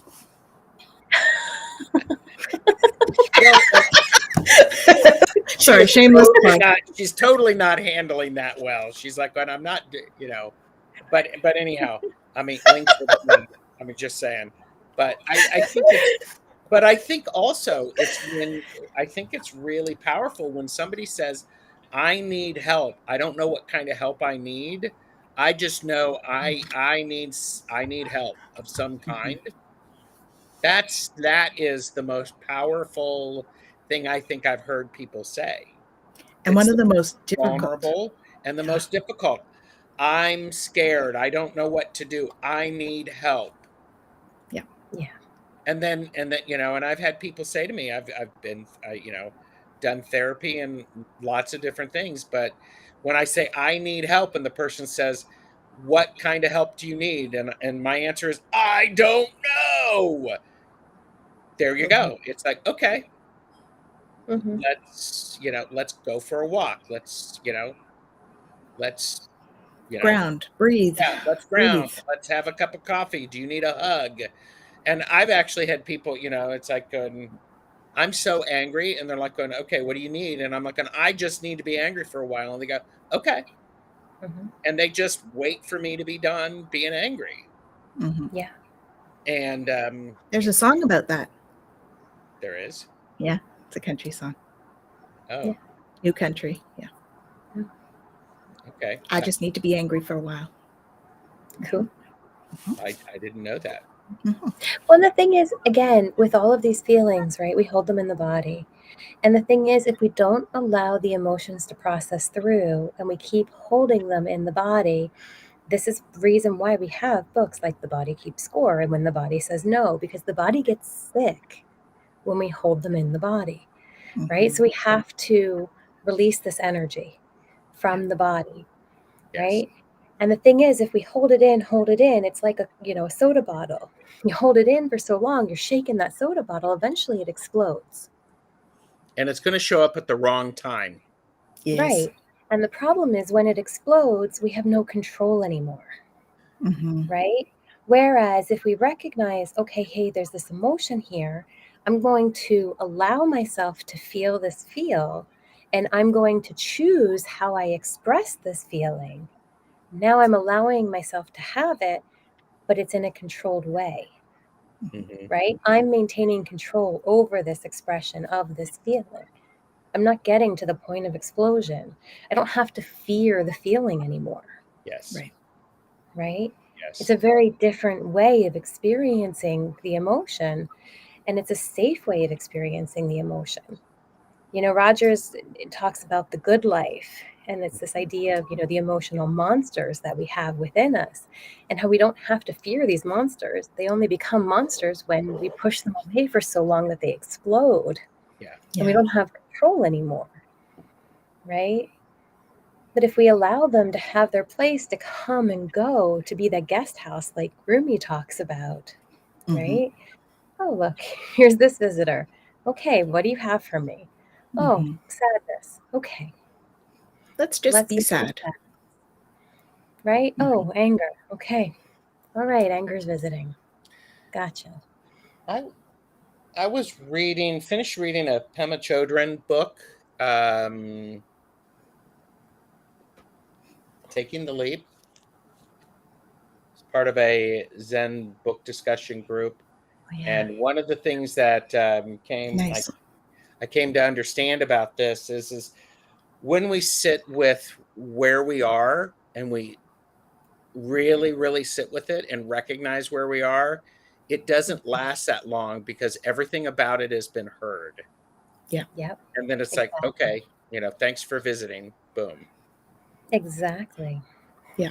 So, but I mean, and I'm supposed to be doing this, when you write your book, your first book, they might be able to, I think there's this blend of all of the experience that you have, not just your book knowledge, but your life experience and your channeled messages.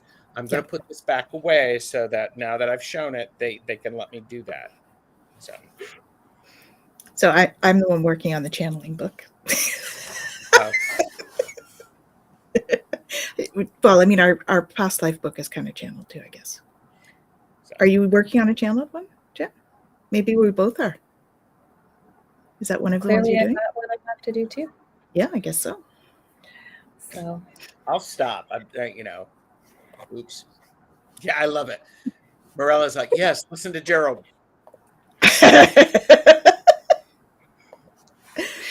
A good chunk of the messages that come through are just, the problem is, I'll have to go back and listen to the Twillow talks. Well, actually. Hi, Kenny. Thanks for joining us. Actually, that's a really good thing to do. And this has been my last visit to Twillow Talk Live. I will be uninvited because I'm pushing. Never. You're going to be invited lots and lots and lots. Don't you ever worry about that. Yes, we love you, Gerald. Well, thank you. But we know where the messages are coming from. Don't worry. Okay, good. Yeah. I don't. Like, you want me to say what? Okay. So, but I would imagine both of you do that in your work. Oh, you yeah. say the right thing and you have absolutely no idea. Yeah. What it shows up and people are like, how did you know about that? I don't know. Yeah. It doesn't matter. So yeah, I always joke, I just do what I'm told because it comes through and it just comes out. And so whether I'm just saying it or whether I'm actually doing something. Yeah. Very intuitive. But I do think that listening to the Twillow Talk Lives is a very positive thing. Yeah, because we probably don't remember at all what we've said because we kind of channel a lot of the stuff. A lot of it is. Mm-hmm.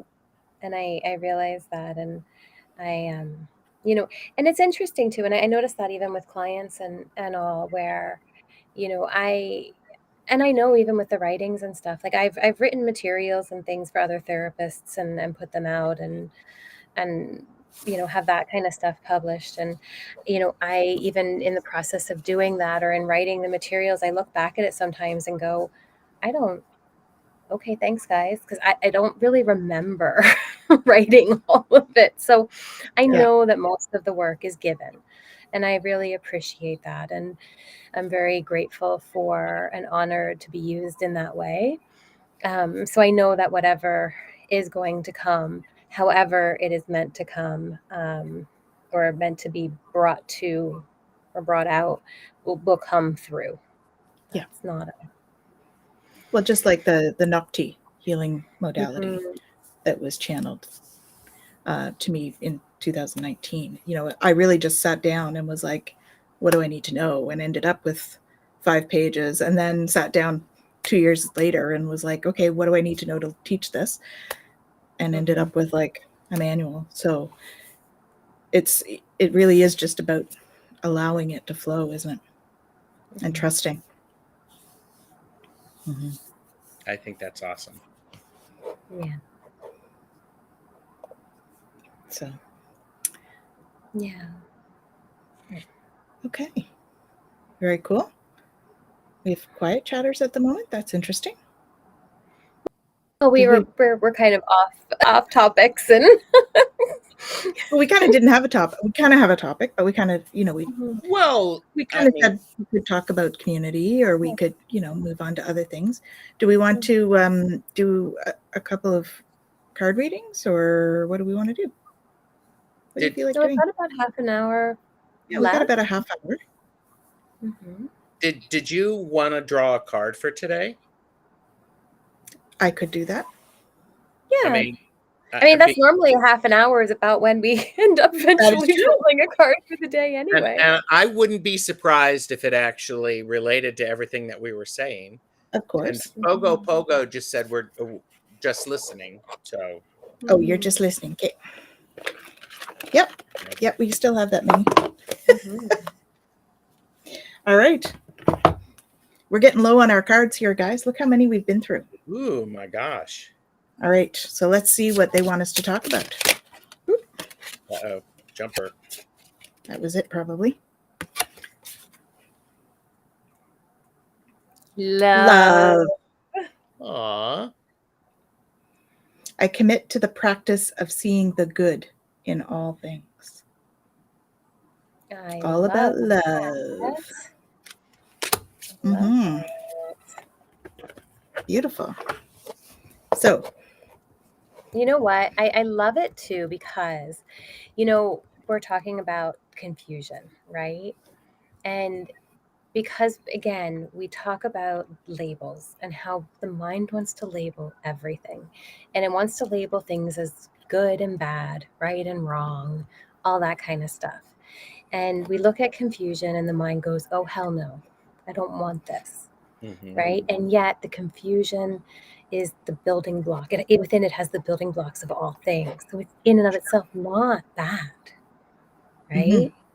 And so if we could pour love into this kind of unassembled bit of all things, how beautiful is that?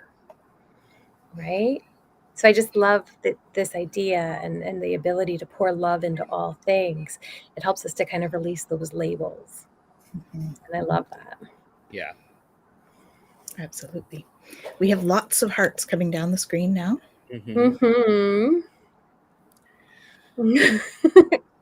And the Love Boat theme song. I love it. The Love Boat Yes, theme song and of from course, Thomas. Thomas Thank you. Your Way is going on a cruise soon. Oh, nice. And a big hello to Rachel. That's our Facebook user. Hello, hello. This is true. Yes. And I think Absolutely. if everything, I think that idea of love, depending upon where I have been in my life, I had a different understanding of it. I've grown in my understanding of what it looks like. And me as a 15-year-old, love looked a certain way. Me as a 56-year-old looks a different way. One is not better than the other. They are just different. Yes. So. And there is so many kinds of love. Oh, yeah. Yeah. Yeah. Absolutely. Community is what spurred my healing journey with love. Yeah. Very good. Very good. And not rubbing it in, I'm taking in my cards. Yeah. So. It's not a question or it's a conversation, but you'll have to watch the beginning, Rachel, because that's how we ended up with this. Yes. Absolutely. Yeah. And I think community, and that may be a time, as I've mentioned before, community evolves and grows and changes. And community evolves and changes, and we do too, as well as does our understanding of love. Yeah. And we want to be around people. I want to be around people who have a similar definition or experience of love that I do, one that supports me. Not everybody does that. And I think that for me it's like, okay, I just have to pay attention to that. So, yeah. Yeah, because love is the basis of a lot, if not all, right? Yeah, I shouldn't say all, I guess. I guess there's the other stuff. But if we could move everything into love. Yeah, I've been told I wear rose-colored glasses, of which I don't have a pair yet, but I will. Coming soon. All things truly come from love and have to go back to love. Some things just reject love. Yeah. Right? But that doesn't mean that love isn't still there or doesn't still have the capacity to be there. Right? And so, when we talk about, love, I think we have to remember that, love is all encompassing. And love has the capacity to take that role of encompassing all, right? And so when it comes to the other stuff, right, the dark stuff, the anger, that can be painful and hurtful, the things that can be very cruel in the world, cruelty doesn't match cruelty to make things better. Only love that matches cruelty can make things better, right? And so ultimately, the only thing that can combat those things is love. Yeah. Right? And so, you know, It's the greatest tool. Yeah. Mm-hmm. Yeah. And so when we say, you know, love is everything, yeah, it really truly is Mm-hmm. everything. Marilla agrees.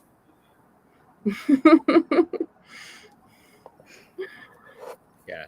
I also think, you know, there's this phrase in sometimes when you are in circle or sacred space, it's you know, in perfect love and perfect trust.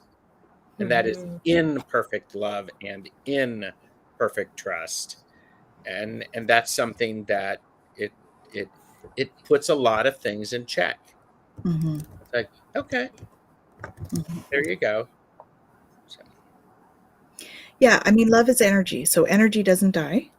It can transform, yes. right? It can transform, be it as a change agent, or it can transform itself into other frequencies, I think. You know, yeah, exactly. That is often the case, Thomas. Love has shifted to and away from me according to how I'm feeling towards myself. Yeah. We often, you know, whatever we're putting out comes back. So the more loving we can be, the more love we bring in. Mm-hmm. Yeah. Mm-hmm. Yeah. And I think that that's such an important piece too, right? Because what we hold space for is truly what we feel in our experience. Yeah. That's a good point. Right? There's that unlearning of everything. Because if we didn't have that, and we want to bring that in, it's part of that unlearning everything. Mm-hmm. Like the book. Yeah. Sorry, they're doing it to me too. I know. I've been saying this for so many years. They're like, Jen, stop saying if. Just do it already. Wasn't me. They moved on to me because you said you wouldn't do it anymore. Well, I delivered the message that I needed to. So. But I think I do think Yes. that I think it's important to understand, you know, our understanding and our experience of love evolves and changes as we grow and evolve and change. Because think about, you know, I'm not a musician. I am married to a musician. And you have to start by, if you play piano, you have to start learning your keys and how to do that. And that's one thing. And then it gets to be natural. And then you do scales. And then you put those notes together in new ways. And then there comes a moment when we are going with the flow of everything, and it can grow and it changes and it transforms, because love can transform a lot. Mm-hmm. So Well, you know, that brings me to that. If we're thinking about community and love, it's now, was it the Dogons? I think it might have been the Dogons. If somebody does something wrong in the tribe, instead of ostracizing them, they actually bring them into a circle and they surround them in love and tell them how wonderful they are. They don't punish them and ostracize them and, you know, send them away. They pull them closer. They show them love to create, because obviously if they're doing something wrong, there's a reason. So they show them that love to create. and was it here I was talking about? I saw somewhere recently. It's been a while since he's had his ivories tickled. Yes. I'm glad you play piano, Thomas. So you know, one of the things is and I don't know if I said it on here on Twillow Talk Live, because we all know that Jen will be going back and rewatching all of them as she writes her first book, or her outlines the next 3 books in the series. Yeah. But it's this idea of I saw it. Somebody said the reason we're sitting next to each other and we're yelling at each other is because we're yelling because our hearts are so far away. We're trying to reach our hearts. And Isn't that that beautiful? made me go, wow. It's like I'm yelling because my heart is so far from yours. I want to reach your heart, and you want to reach my heart. So that idea of is they join in, they circle around, they make that they draw in the love so that that other space cannot exist in there. Mhm.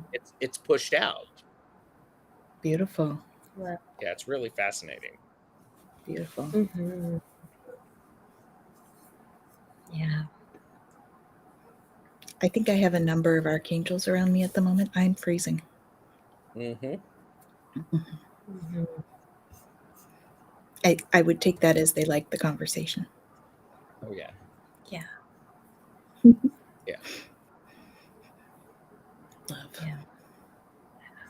Well, and it's interesting too, right? Like we talk about this idea of love and what does love mean, and how do we feel love and how do we experience love, right? And how do we show love? Mhm. Because they're also different.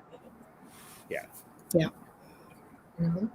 And I think that it's important for us to recognize all of those different components of love in our experience and be able to express that with the people that are near and dear to us. Yeah. And of course we can't talk about that and not talk about love languages. I was just Exactly. Right. yeah.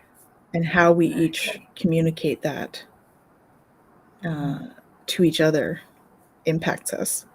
Mm-hmm. If we're talking about, if I show love by giving and somebody else shows love by giving, then it's a good match because you're giving to each other. Mm-hmm. But sometimes there's ones that aren't so compatible. Right. So Mm-hmm.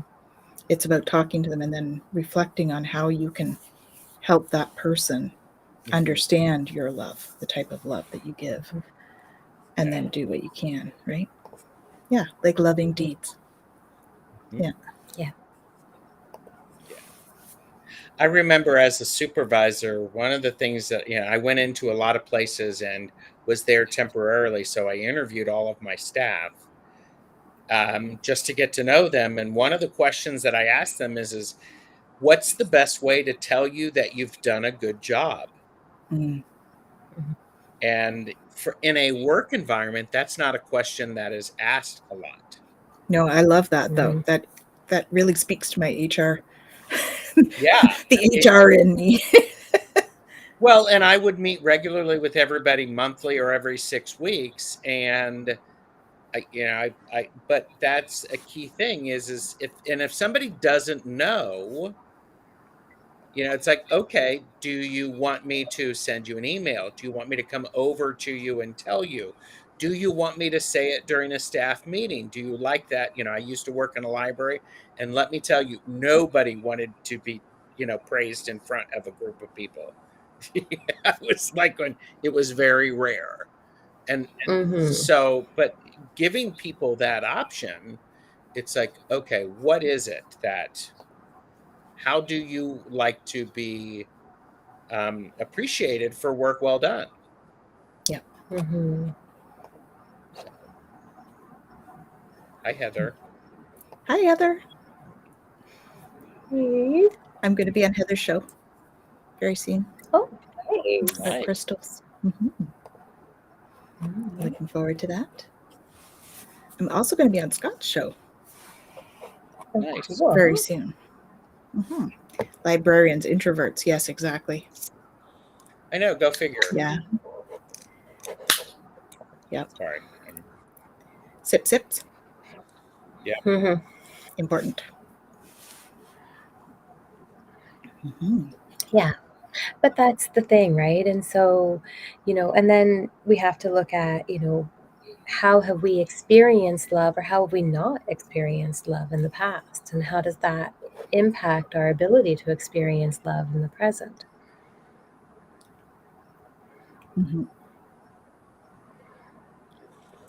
Wow.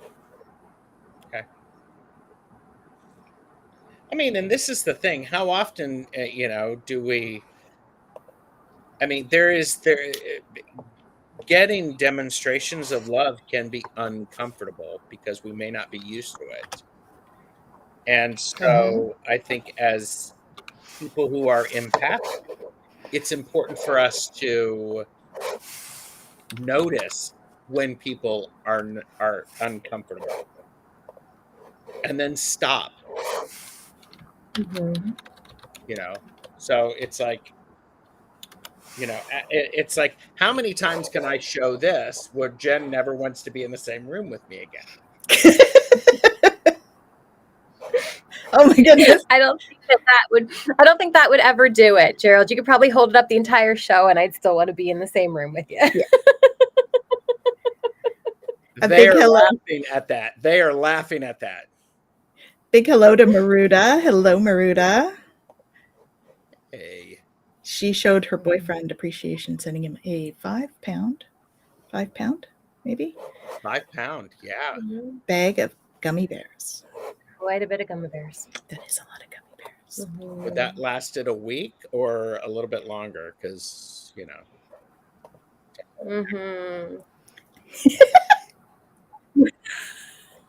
Sorry, I'm not laughing at the one on the screen, actually. But yes. Yeah. Right now. That I'm working through right now. Yes. Yeah, that's a tough one. Yeah. Yeah. This is the one I'm laughing at. Be your boy. Yeah. Apparently, Thomas likes gummy bears.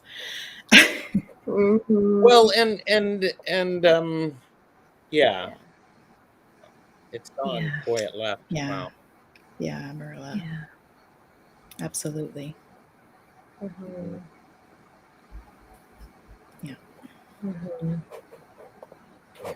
Okay. And grieving, I heard one time, grieving is all of the love that you wish you could have given is coming out. Yeah. Yeah. And it's so personal. It's so it never goes away. We just learn how to live with it. So it transforms itself and us so that we can move forward. So it's really powerful. Yeah. Yeah. Oh, Heather. Yeah. Yeah. Yeah, I think that's what Pogo was referring to as well. Yeah. And this is the thing, right? So again, looking at these things that we have to unlearn, because in certain situations and certain conditionings that we've had, we've learned that, you know, love is dangerous, that love hurts, right? And so we've been conditioned to think that, you know, it's not okay to be vulnerable or to allow ourselves to love or to allow ourselves to have these experiences. And so when somebody shows us kindness or compassion and love, you know, it's scary. Yeah. Right? And we don't necessarily know how to receive it. Yep. Or how to allow ourselves to be able, you know, to be vulnerable or to be in that position, you know? And so again, there is this part of us that has to, you know, and we talk about that present moment piece, right? Like, how do I allow myself to realize that I'm right here, right now in this safe place, even though my mind is trying to pull me back into this past place, and my body is responding to that past place, even though it's wanting to respond to this present moment place.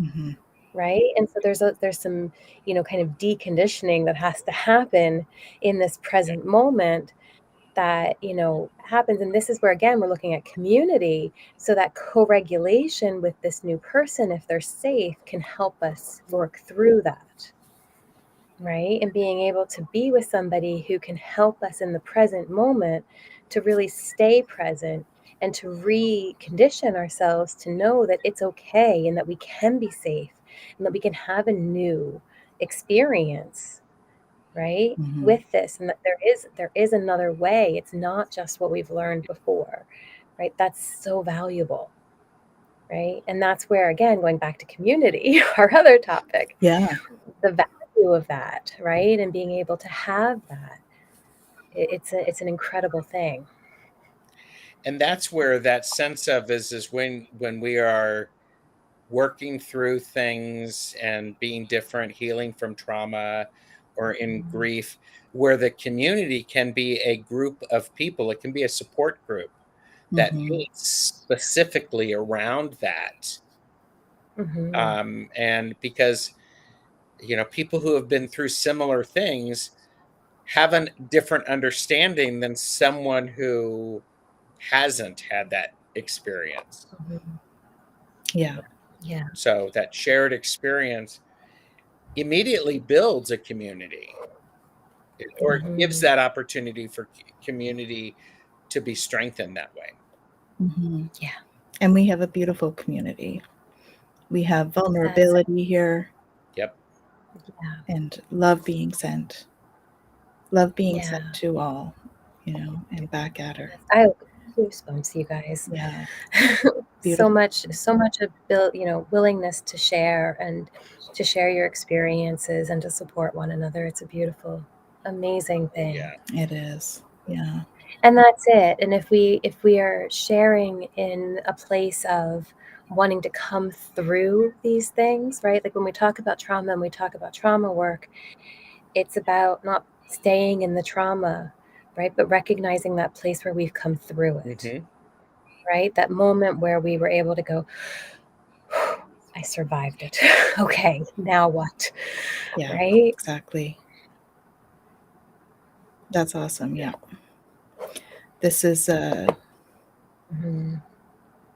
great. Yeah, that's awesome. That is amazing. Well, and you and I were talking about doing something like that at one point, Jen. Running a grief trauma support sort of group. So. Yeah.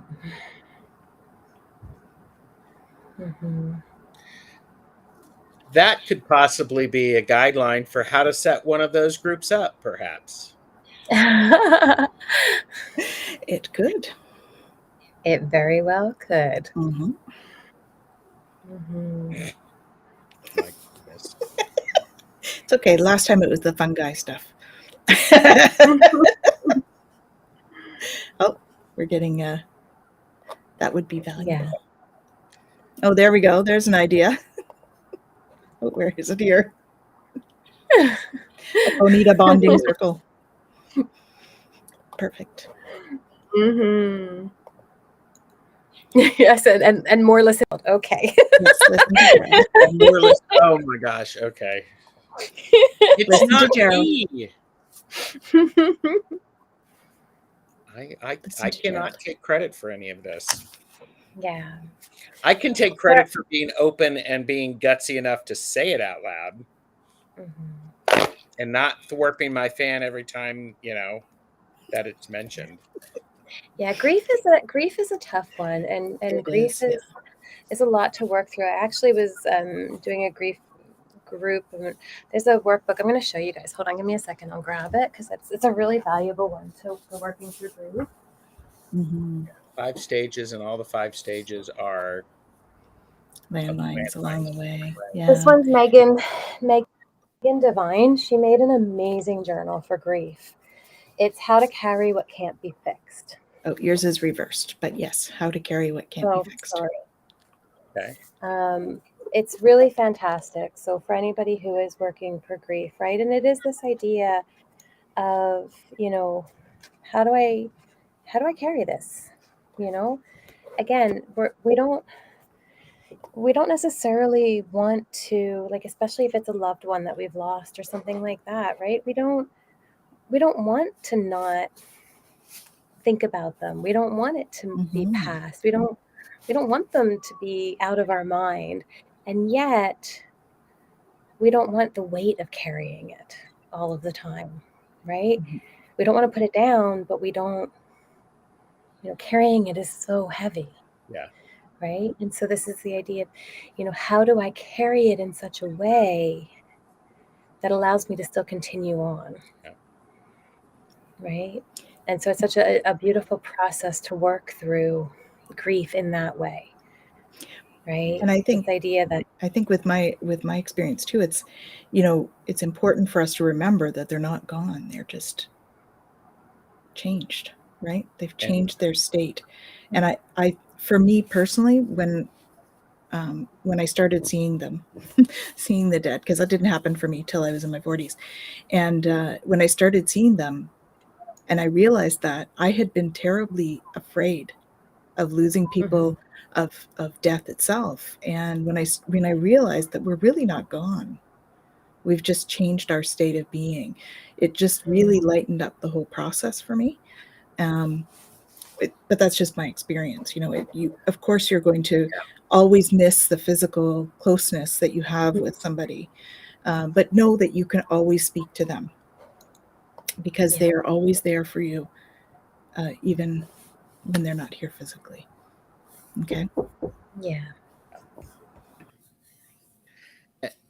And I think it's one of those things that is so very important, that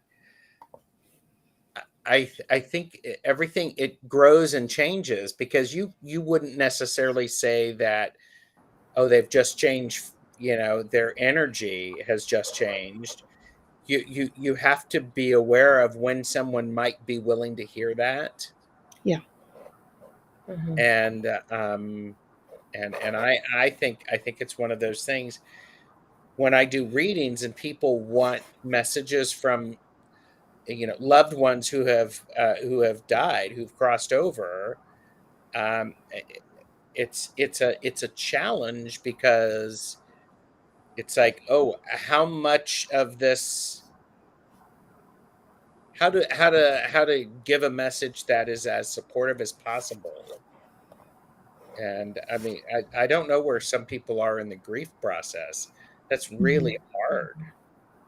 So Well, for me, I always ask that the guides only bring them in when it's meant to be, when I'm meant to share whatever comes through. I do that with everything. I always say, that's why I joke about doing what I'm told, because when I'm in a session with somebody, like, don't tell me stuff that I can't share. Don't tell me stuff that I can't actually do at this time. Only tell me what I need to do and what I need to tell this person. And that is kind of my general directive. So when I go forward with mediumship clients, for instance, I always say, I don't guarantee, like, I actually don't do pure mediumship in its form. I don't put that out there, because I don't call them in. When they're ready to come, I trust the guides will bring them in at that time. 9 times out of 10, if it's something that this person has requested, 9 times out of 10, they'll come in. But there are times when they're busy going to spirit school, or they're busy in their life review, and I don't want people to feel that they're not there. So that is why I always put it that way. Because there are times when it's not appropriate. And grief is caused by many things. Heather was talking about, the grieving a very close friendship. There's that idea of pets. There's grief anytime change happens. Yeah. And we oftentimes, we may get a promotion at work, or we may change locations, and there's a grief process, because we're leaving behind all, this family or this community. See, there you go. Community. We're leaving this community, and how do we, it's the change. It's that process of getting used to the new normal. Yeah. And I hate that, oh, it's the new normal. Well, screw that. Yeah. It's and the other thing to note is, when we think about grieving, we think it's a very heavy emotion, and that really, when we're grieving, that's the only emotion that's there. It's never that simple. Grief has sadness, grief has happy, grief has relief, grief has a whole bunch of, it can have anger, all of those emotions mixed in, and all of them are okay. We sometimes think, we shouldn't be feeling happy if we've just lost somebody, or we shouldn't be feeling angry at them. We feel guilty if we feel angry. Well, all of those are the emotions that help us move through the grief, right? Well, and that's the thing, because then we're also grieving the fact that we're mad at ourselves Yes. for being relieved Yeah. that somebody, like, there's, you know, it's compounded over after compound, and that's where trauma comes in too, right? And this is all part of the issue, right? And the bigger piece in all of it is it's the judgment. That's what makes it an issue. Yeah. Right? The emotions themselves, they're okay. Mhm. It's okay to feel the feels. And let me It's tell the you, judgment. it was really powerful to realize that I could have more than one emotion at a time. Yeah. Mhm. It's like, it's messy and they can exist all in the same place. That gave me a lot of relief when I realized that as well. Yeah. For sure. Yeah. Yeah. Hard to honor grief when situations change and you're fighting that change because we long for the former comfort. Absolutely. Mhm. And And Betsy says, there are times when that soul has moved on and has a different focus. They aren't paying attention to old connections on earth, but someone will show up to comfort the quarreled. Yeah, that's true. Mhm. Yeah. Yeah, even this, for sure. Mhm. yeah, of course. Yeah. Mhm. And body changes that go along with all of that. I'm Mhm. struggling with that, Mhm. the glasses thing, because that's a new thing for me. Mm. To be like new situations. It's almost like a bunch of little things. So I didn't used to wear glasses, and all of a sudden I had to wear them for reading. Now all of a sudden I have to wear them on the computer as well as reading. So it's even those little things. Yeah, Mhm. definitely. And it's hard. It's hard when things change. It's like I don't have that connection that I used to. Mhm. And it's like a breakup. It's like, how often do you keep looking at that person's Facebook account? It's like Yeah. you're not over it until you stop that and you start doing some other things. Yeah. Yeah. It's really hard. So Yeah. Yeah. Well, and I think too, again, when we're here in this experience, we are more temporal in our understanding, right? And we're more individual in our understanding, right? Whereas when we're not in this experience, we're more universal in our understanding. And so, where here we think of things as very much based in this limited experience. So, the people that I'm connected to or the things that I'm connected to are very much this experience based, right? Whereas when we're not in this experience, when we've moved on, or when we're between incarnations, Mhm. um, we we're already one, and we're connected with that oneness, and so we know that there is no disconnection, yeah. there is no separation. And so even this idea of being separate, it's not even a thing, right? And so there was a comment in here about, if I scroll back through, Indigo, so Heather, about no longer wanting to be connected. This one here. It's not even about that. It's when we're not in this temporal form, in this kind of limited individualness, we know that there is no separateness. Mhm. And we know that we are all connected, and we're always connected. And so we don't have to seek out an individual form to know that we're connected. Mhm. Yeah. And so things are just not seen the same way or understood the same way. It's a very different way of being in the greater reality. Yeah. Than what we perceive when we're in this one. Yeah. Absolutely. And And Heather has responded here as well. Or sorry, Betsy has responded to Heather. Mm-hmm. And I think this is the one good thing about a community that is focused on love, because what we're seeing here in chat throughout this whole program, throughout our Mm-hmm. time together, is there are people who have have words of experience and wisdom that they're willing to share, and people are hearing them. They're not, they're hearing part of it. They're being curious. That's that sense of community and love that really goes well, and it sits nicely. Absolutely. So Yeah. I agree, Marilla. Yeah. Great community. Yeah. No, you guys, like, I have goosebumps all over, on and off throughout this entire show, and often throughout our talks. And, you know, it's such an amazing community to be a part of. And I'm It honored to is. be a part of it with all of you. And I love seeing how you support one another through it. And I love, you know, even like it lights me up reading the comments and all. Absolutely. Yeah. Yeah. Yeah. It's beautiful. it is. And I, you know, that part though, that deep love that you feel, right? And that deep longing that you feel, you know, can you embrace that instead of feeling like it's a burden, Mhm. right?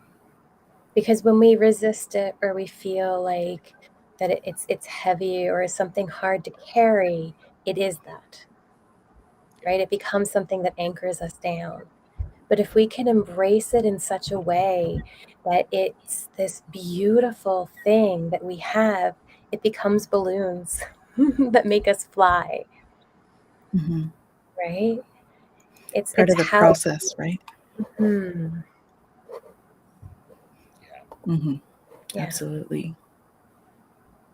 Yeah. Yeah. Of course we do. And you can ask them to come and be with you, you know. And you'll feel them. You'll feel them. Yeah. If it's meant to, you'll feel them. Okay. Yeah. And Marilla, it's an amazing show tonight. Thank you. Mhm. Thank you so much. Been great. But So, I do have to say, from experience, very much to what you guys were talking about, and you know what was shared, and I think it was Betsy that was sharing it.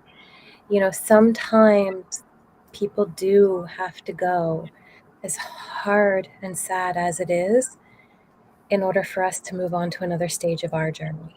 Mhm. And it's not easy at all. And yet, you know, they are still with us, and they are still guiding us in a lot of ways. And they're there every step, you know, in a different way. But if they had stayed, that wasn't part of the deal. That wasn't part of the contract, because we were meant to do something different that we wouldn't do if they were still here. Yeah. For whatever reason. It's true. yeah. Definitely, Betsy. Mhm. Talk about that community Lots of and love. love. Look at that. Yeah. Woo. Mhm. Yeah. It's our honor and pleasure, Mhm. really, to hold space. Very Very much. Very much. Thank you, Jackie. Another great chat. Mhm. delightful. Yes, I think she did. Mm-hmm. Mhm. Yeah, Marilla says she's sending love to everyone here, Yeah. as are we. Mm-hmm. We are actually over our 2-hour special. Awesome. Thank you so much, Betsy. Mhm. Thank you. Thank you, Jackie. As always, lots of love to all of you. You, everyone. It is truly an honor and a blessing to be here with you all. I think I speak for all of us when we say that. And yeah, I got chills. So join us on all of our other shows. We've got lots coming up. Mm-hmm. Gerald, you have some shows?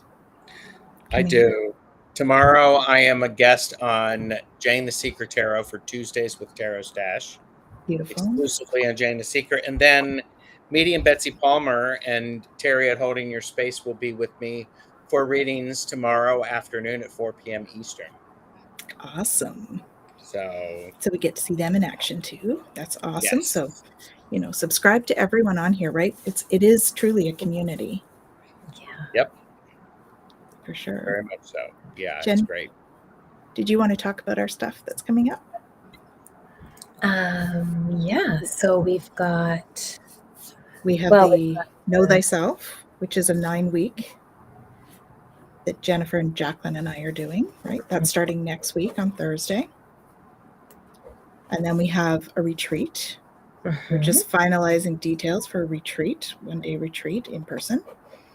So we'll keep you posted on that. Right? Very exciting. Did you want to speak to those at all? Well, the Know Thyself, we're going to be doing some really great things to actually get to know yourself. So we're going to be doing some human design. We're going to do some Mayan calendar. We're going to talk a bit about chakras. Jackie's going to bring in some yoga stuff as well with it. And dream building. Dream building. Yeah, that's going to be a lot of fun. So each week we're going to do one of the centers for the human design, chakra to go with that. So we'll do a 9 chakra system instead of the traditional 7 to go with the 9 centers in the human design. So that's going to be a lot of fun. Yeah, that's going to be really neat. And then that one's online, guys. So that's that'll be online, so that can be open to everybody. Which is super cool. And then, the retreat details. So the retreat's going to be the end of September. And we're still floating around with a couple possibilities of expansion. But right now it's going to be a 1-day retreat, and it's going to kind of expand on the Know Thyself, where we're going to bring in kind of a culmination of the human design piece, maybe bring in a little bit of the gene keys with it. And then I think you'll do some more of the Mayan calendar piece with it. Probably do some other readings, oracle cards, and all of that. Jackie's going to bring us outside and do some yoga with us. I don't think I won't have the yurt up by then, but we'll definitely do some outside time for that. And so that'll be super fun. So we're excited about that. That's going to be a great series and a great retreat. And it'll be just outside of, go ahead. Jen actually has another one as well that's quite close to her. Someone that we've met. She's wonderful. Yeah, so I also have another retreat coming up. It's an overnight retreat. It's going to be a bit different than the one that Tanys and I are doing. And this one is going to involve some archery. And so it's a very kind of empowering kind of women's retreat. So archery, some leather work and felting. And then we'll have some energy stuff going on in there as well. And that's also going to be up in Bowman. So we can give you some information on that if you want to flip over to my Facebook. I think it has the information on there too for that one. So it's going to be really different in energy in how it's kind of going, operating and all, because it's going to be more physical. Probably spend some time with the horses and things like that. So it'll be a different energy all around from the class kind of side of things. Yeah. So we've got a number of different experiences. Yeah, with Marianne, who's got the Tetless archery and leatherworking. That's her business. And so, I'm going to be doing a retreat with her just prior to. So, yeah, so many neat things. We have a busy calendar for you all this fall. Crazy awesome. So it's great stuff. So yeah. So we've got those. We've got a bunch of different podcasts coming up as well. Yeah. Well, and you're going to be on a whole bunch of shows. You're always on a whole bunch of I got lots coming up this week. So I have one with Indigo Jaguar, Intuitive Arts with Heather. We're doing that. I believe it's next week. I'm on with Scott with Scorpio Sun Tarot this Friday at noon. Michelle and I have our usual Wednesday at 7 p.m. It's also the week for Ramsey and my open mic on Friday at 7. Yeah, so lots coming up. And I'm teaching on the weekend. We've got Reiki 1 on Saturday. Is it this Tuesday? This Tuesday. Thursday. This Tuesday? Class is Thursday. Oh, your thing is this Thursday. Heather, do you mean it's tomorrow?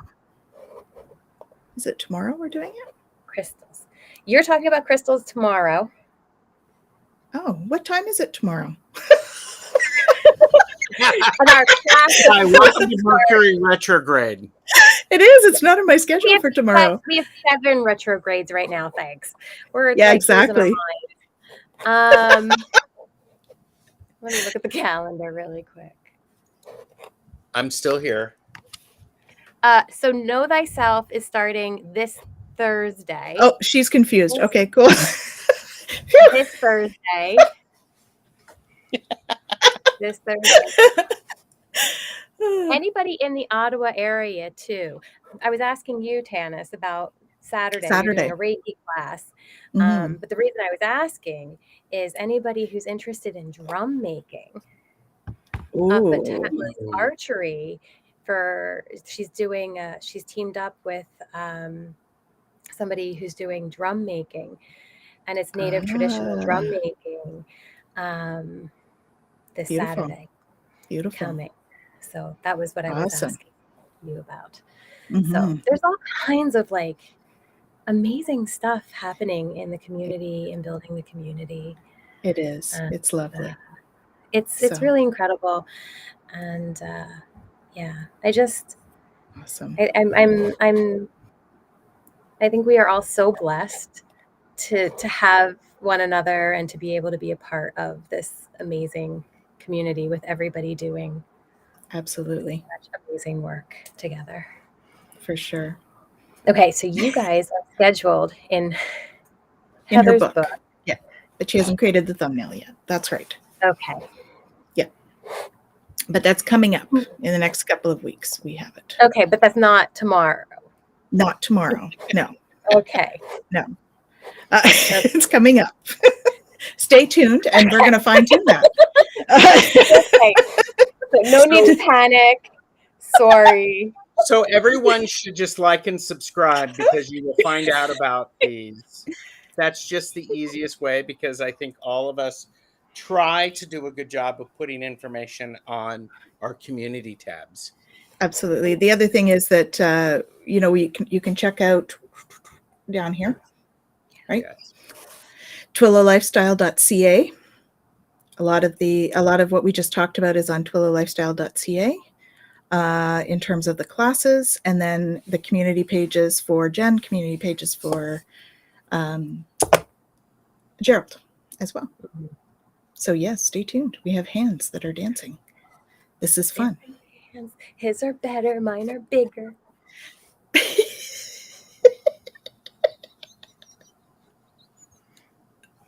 And on that note, I have a funny thing